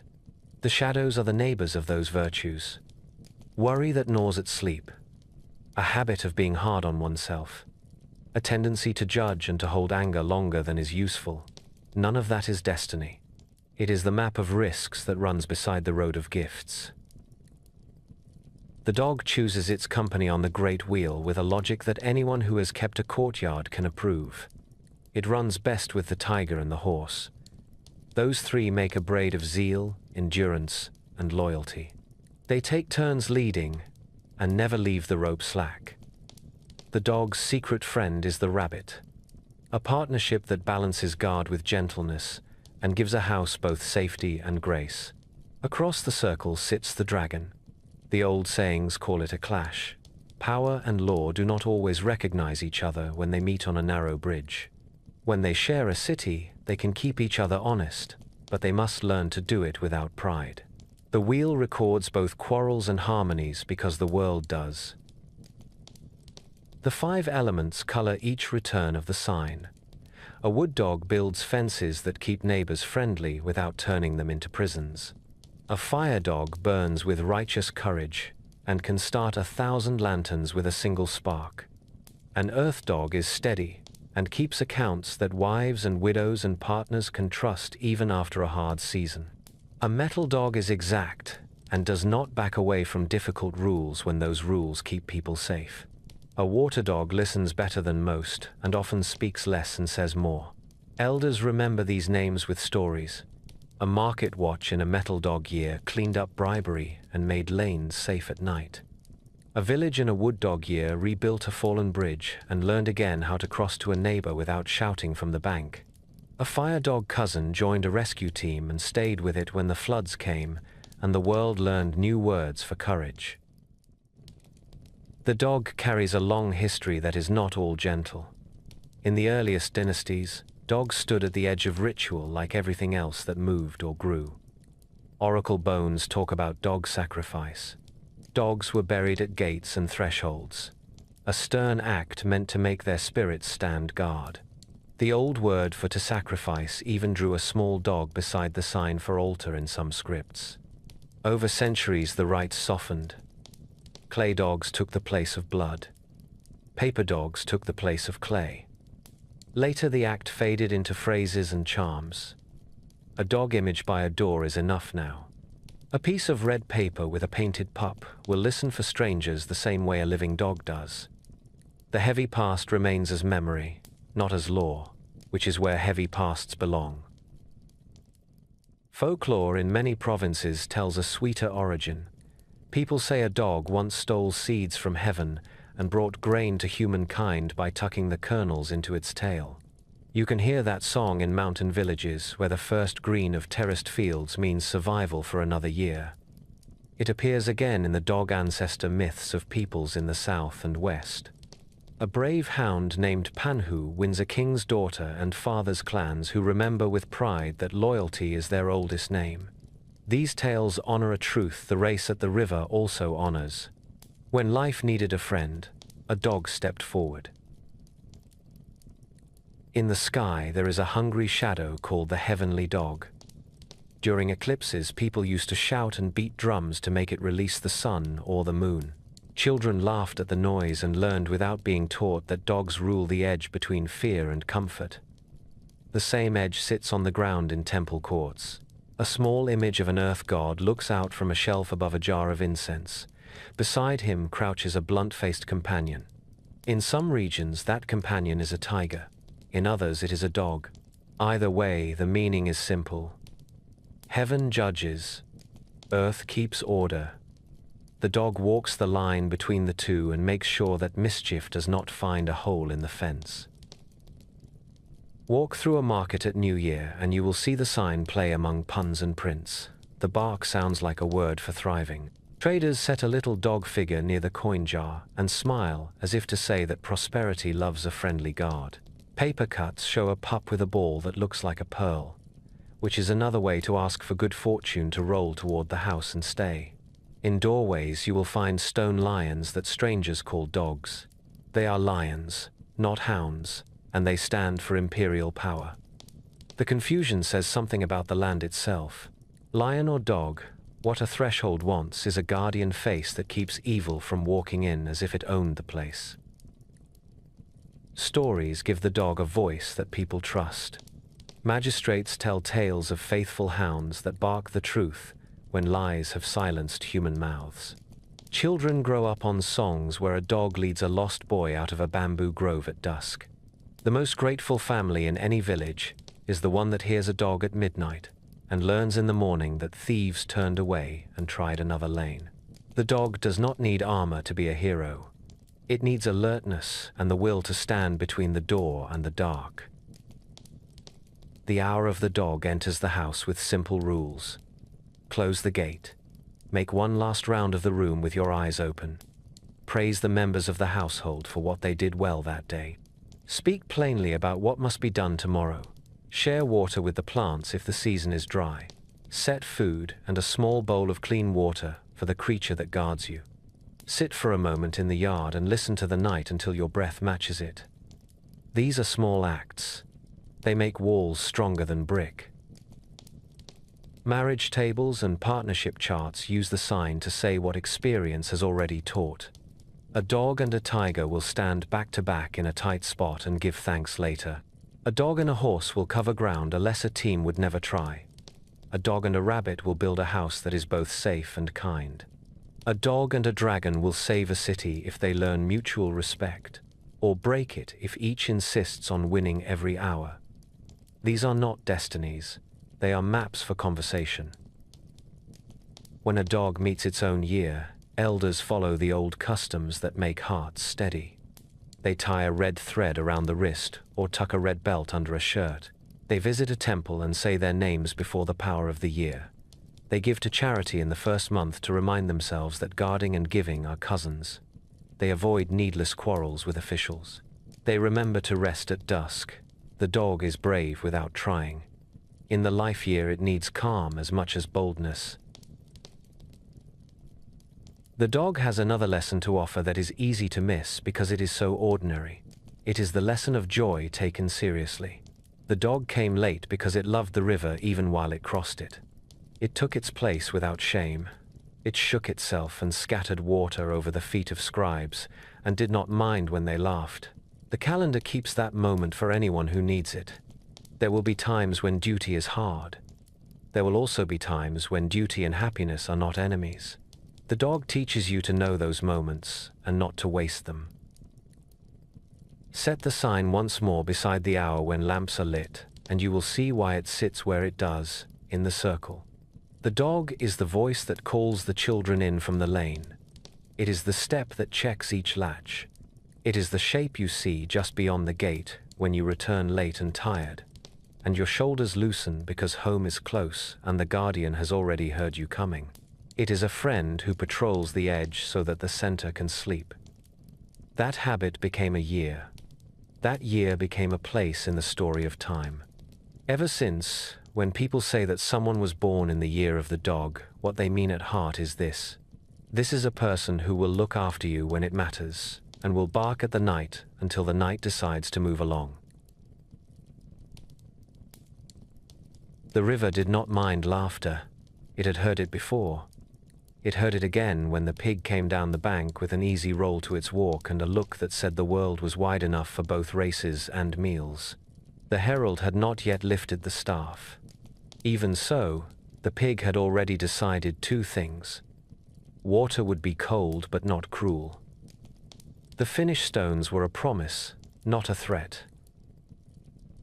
The pig ate first, a patch of wild greens by the willow, a handful of tubers turned up by the hoof of a passing ox, and a wash of river water to settle the mouth.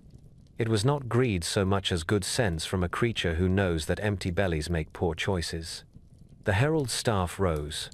The pig took 3 steps toward the water, then felt a drowse come over its eyes, the kind that steals over workers who have just finished a fair meal and sit down in shade.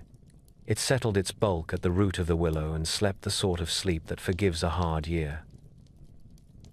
While the pig dreamed, the story on the river moved ahead without it. The rat leapt from the shoulder of the ox and set the first mark that would lead every market scribe to write the cycle in that order. The ox took second without complaint, that great heart still even after the crossing.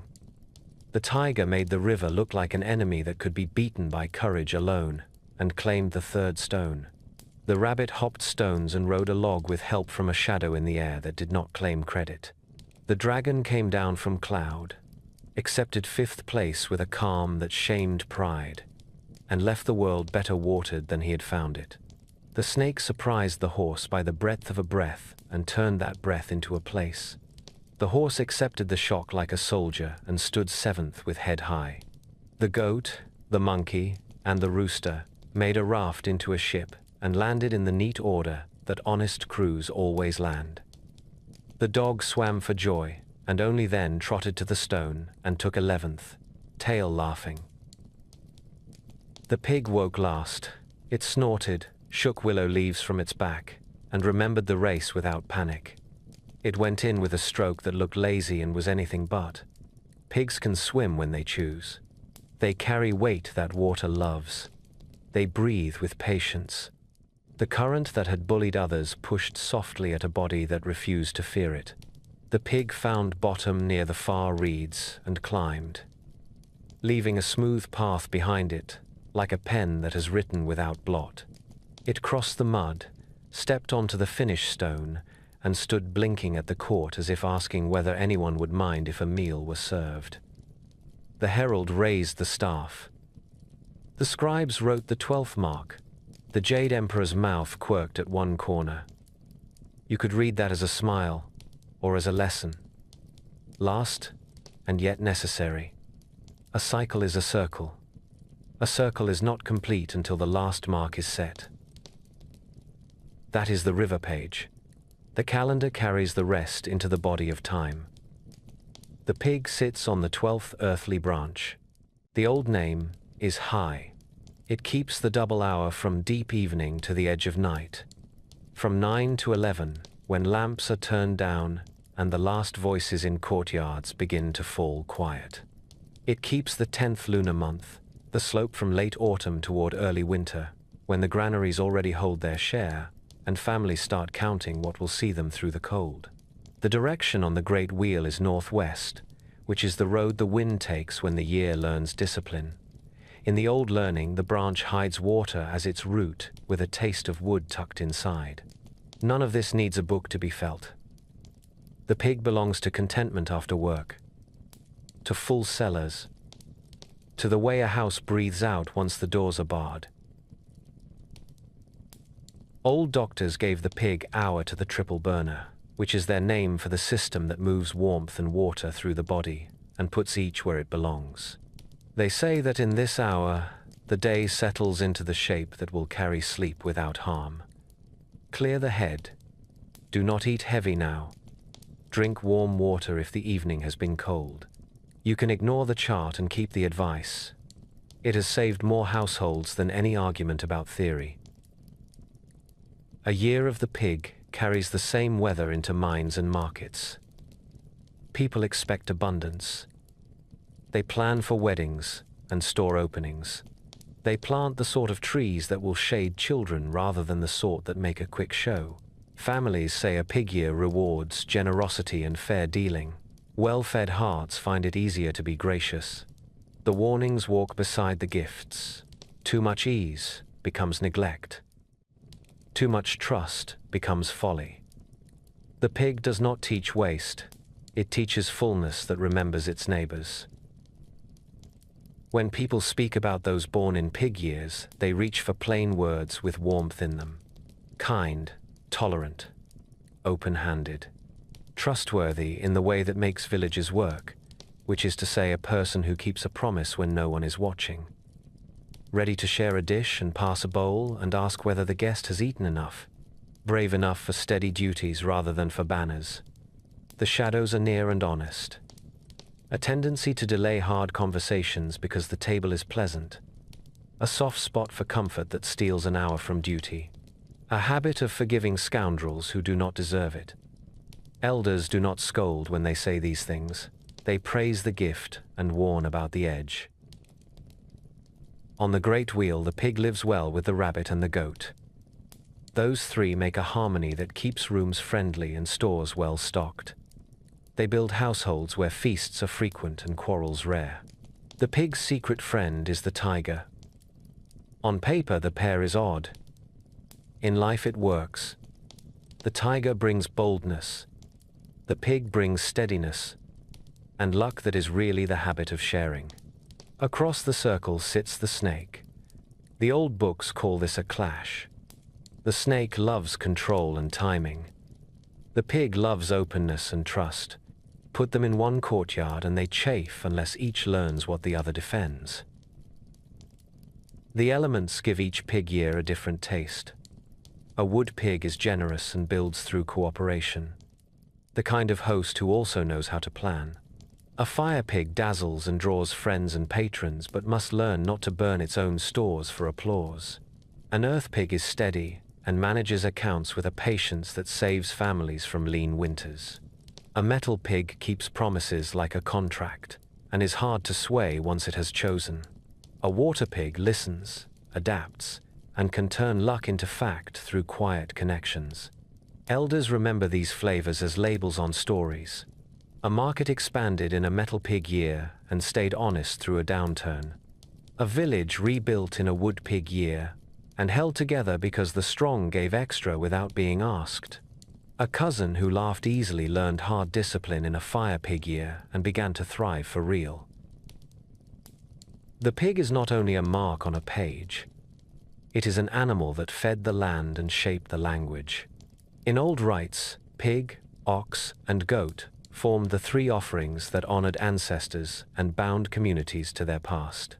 A whole pig on a stand, burnished red and fragrant, walks at the head of wedding processions in the South and appears in ceremonies that open shops and theaters.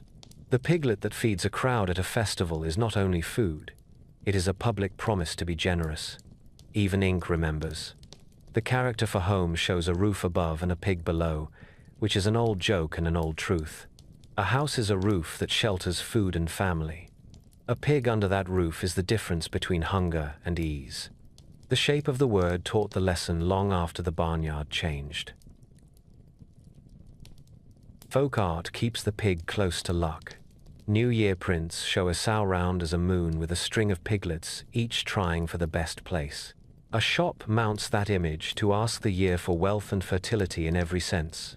For sales, for sons and daughters, for ideas that do not starve. Another print sets a fat pig on a cart piled with coins. Children laugh at the image and learn the idea at once. Wealth likes cheerfulness, and cheerfulness makes wealth feel welcome. In Vietnam, woodblock masters press images of spotted pigs with spirals on their flanks that look like whirlpools. They hang them beside kitchens so that prosperity will find the path to the hearth. In Japan, the sign becomes the boar. It loses none of its heart. Hunters respect its courage, and artists paint it with the same stubborn life that fills rooms in a pig year. Literature gives the sign a face that people can argue with and still love. The road to the West carries a companion who eats well, sleeps well, jokes loudly, and fights when he must. He fails, repents, and tries again. He is selfish and kind in the same chapter, because that is what people are. He belongs to a world where gods and monsters test pilgrims. He also belongs in every kitchen where the loud friend turns out to be the one who will carry a child to safety when the street turns bad. His faults teach. His good heart redeems. The pig is proud to claim him. Home speech keeps the sign busy. A mother calls to a child who lingers at the table and says, "Enough, because tomorrow is long." A grandmother slaps a greedy hand lightly and smiles, because greed comes from the same place as generosity and can be educated by a better example. In markets, sellers carve piggy banks in clay and paint them bright so that coins can learn to gather in cheerful company. A child smashes one at the end of the year and learns with delight that patience becomes plenty. The pig stands in temples and doorways as well. In some regions, clay or paper pigs are set on altars to the earth god, along with fruit and wine when a shop opens. In others, they appear at the kitchen god's farewell, when families glue his mouth with sweet treats, so that only good words will pass to heaven. These acts are light-handed and sincere at once. The pig does not demand terror. It asks for gratitude. It accepts jokes and repays respect with solid blessings like a roof that does not leak and a belly that does not complain. The hour of the pig enters the house with rules that have kept peace for a very long time. Eat early and eat simple. Wash the bowls and set them upside down so that the night can pass through the kitchen without sticking. Count the cash in the jar and put it back where hands can find it in the morning. Thank the cook. Thank the one who carried water. Share a small sweet with a child and send them to bed with a warm word. Speak gently about what must be done tomorrow. None of this is grand. It is the substance of days. The pig rules this hour because it understands how comfort and discipline share a table. Matches and partnerships use the sign the way carpenters use a square. A pig with a rabbit makes a home that others love to visit and that does not go hungry. A pig with a goat raises children who believe kindness is normal. A pig with a tiger builds plans that are brave and still practical. Across from those, a pig with a snake must learn to respect privacy and order, or they will tire each other. A pig with a monkey must agree about money or jokes will turn thin. None of this is law. It is a way to speak about tendencies that many have noticed. The life year returns as it does for every sign. When a pig meets its own year, elders steady the heart with familiar acts. Red thread at the wrist, a red belt if you like. A visit to a temple where the star of the year is honored. A small gift to charity before the first month ends. They say in that year to be generous but not gullible. To feast but not to waste. To celebrate births and not to press for victories in lawsuits. To let quarrels pass, and to keep the house strong. The advice is always the same at its core. Let fullness serve fairness. Return once more to the river and the bank. The pig did not win speed. It won the circle. It closed the count and made the story whole. That is a kind of victory that suits a creature who trusts the table and the field and the family more than any banner. The pig knows that a year must end before another can begin. It stands at that end with a wide back and a calm breath. It asks the world to sit, to eat, to rest, to laugh, and to rise ready. If you want the sign in one picture, take the finish stone under a sky that is just learning stars. A large, content animal steps onto the last mark and looks at the court without shame. It has eaten. It has slept. It has swum. It has arrived. The year can turn now. The circle is complete.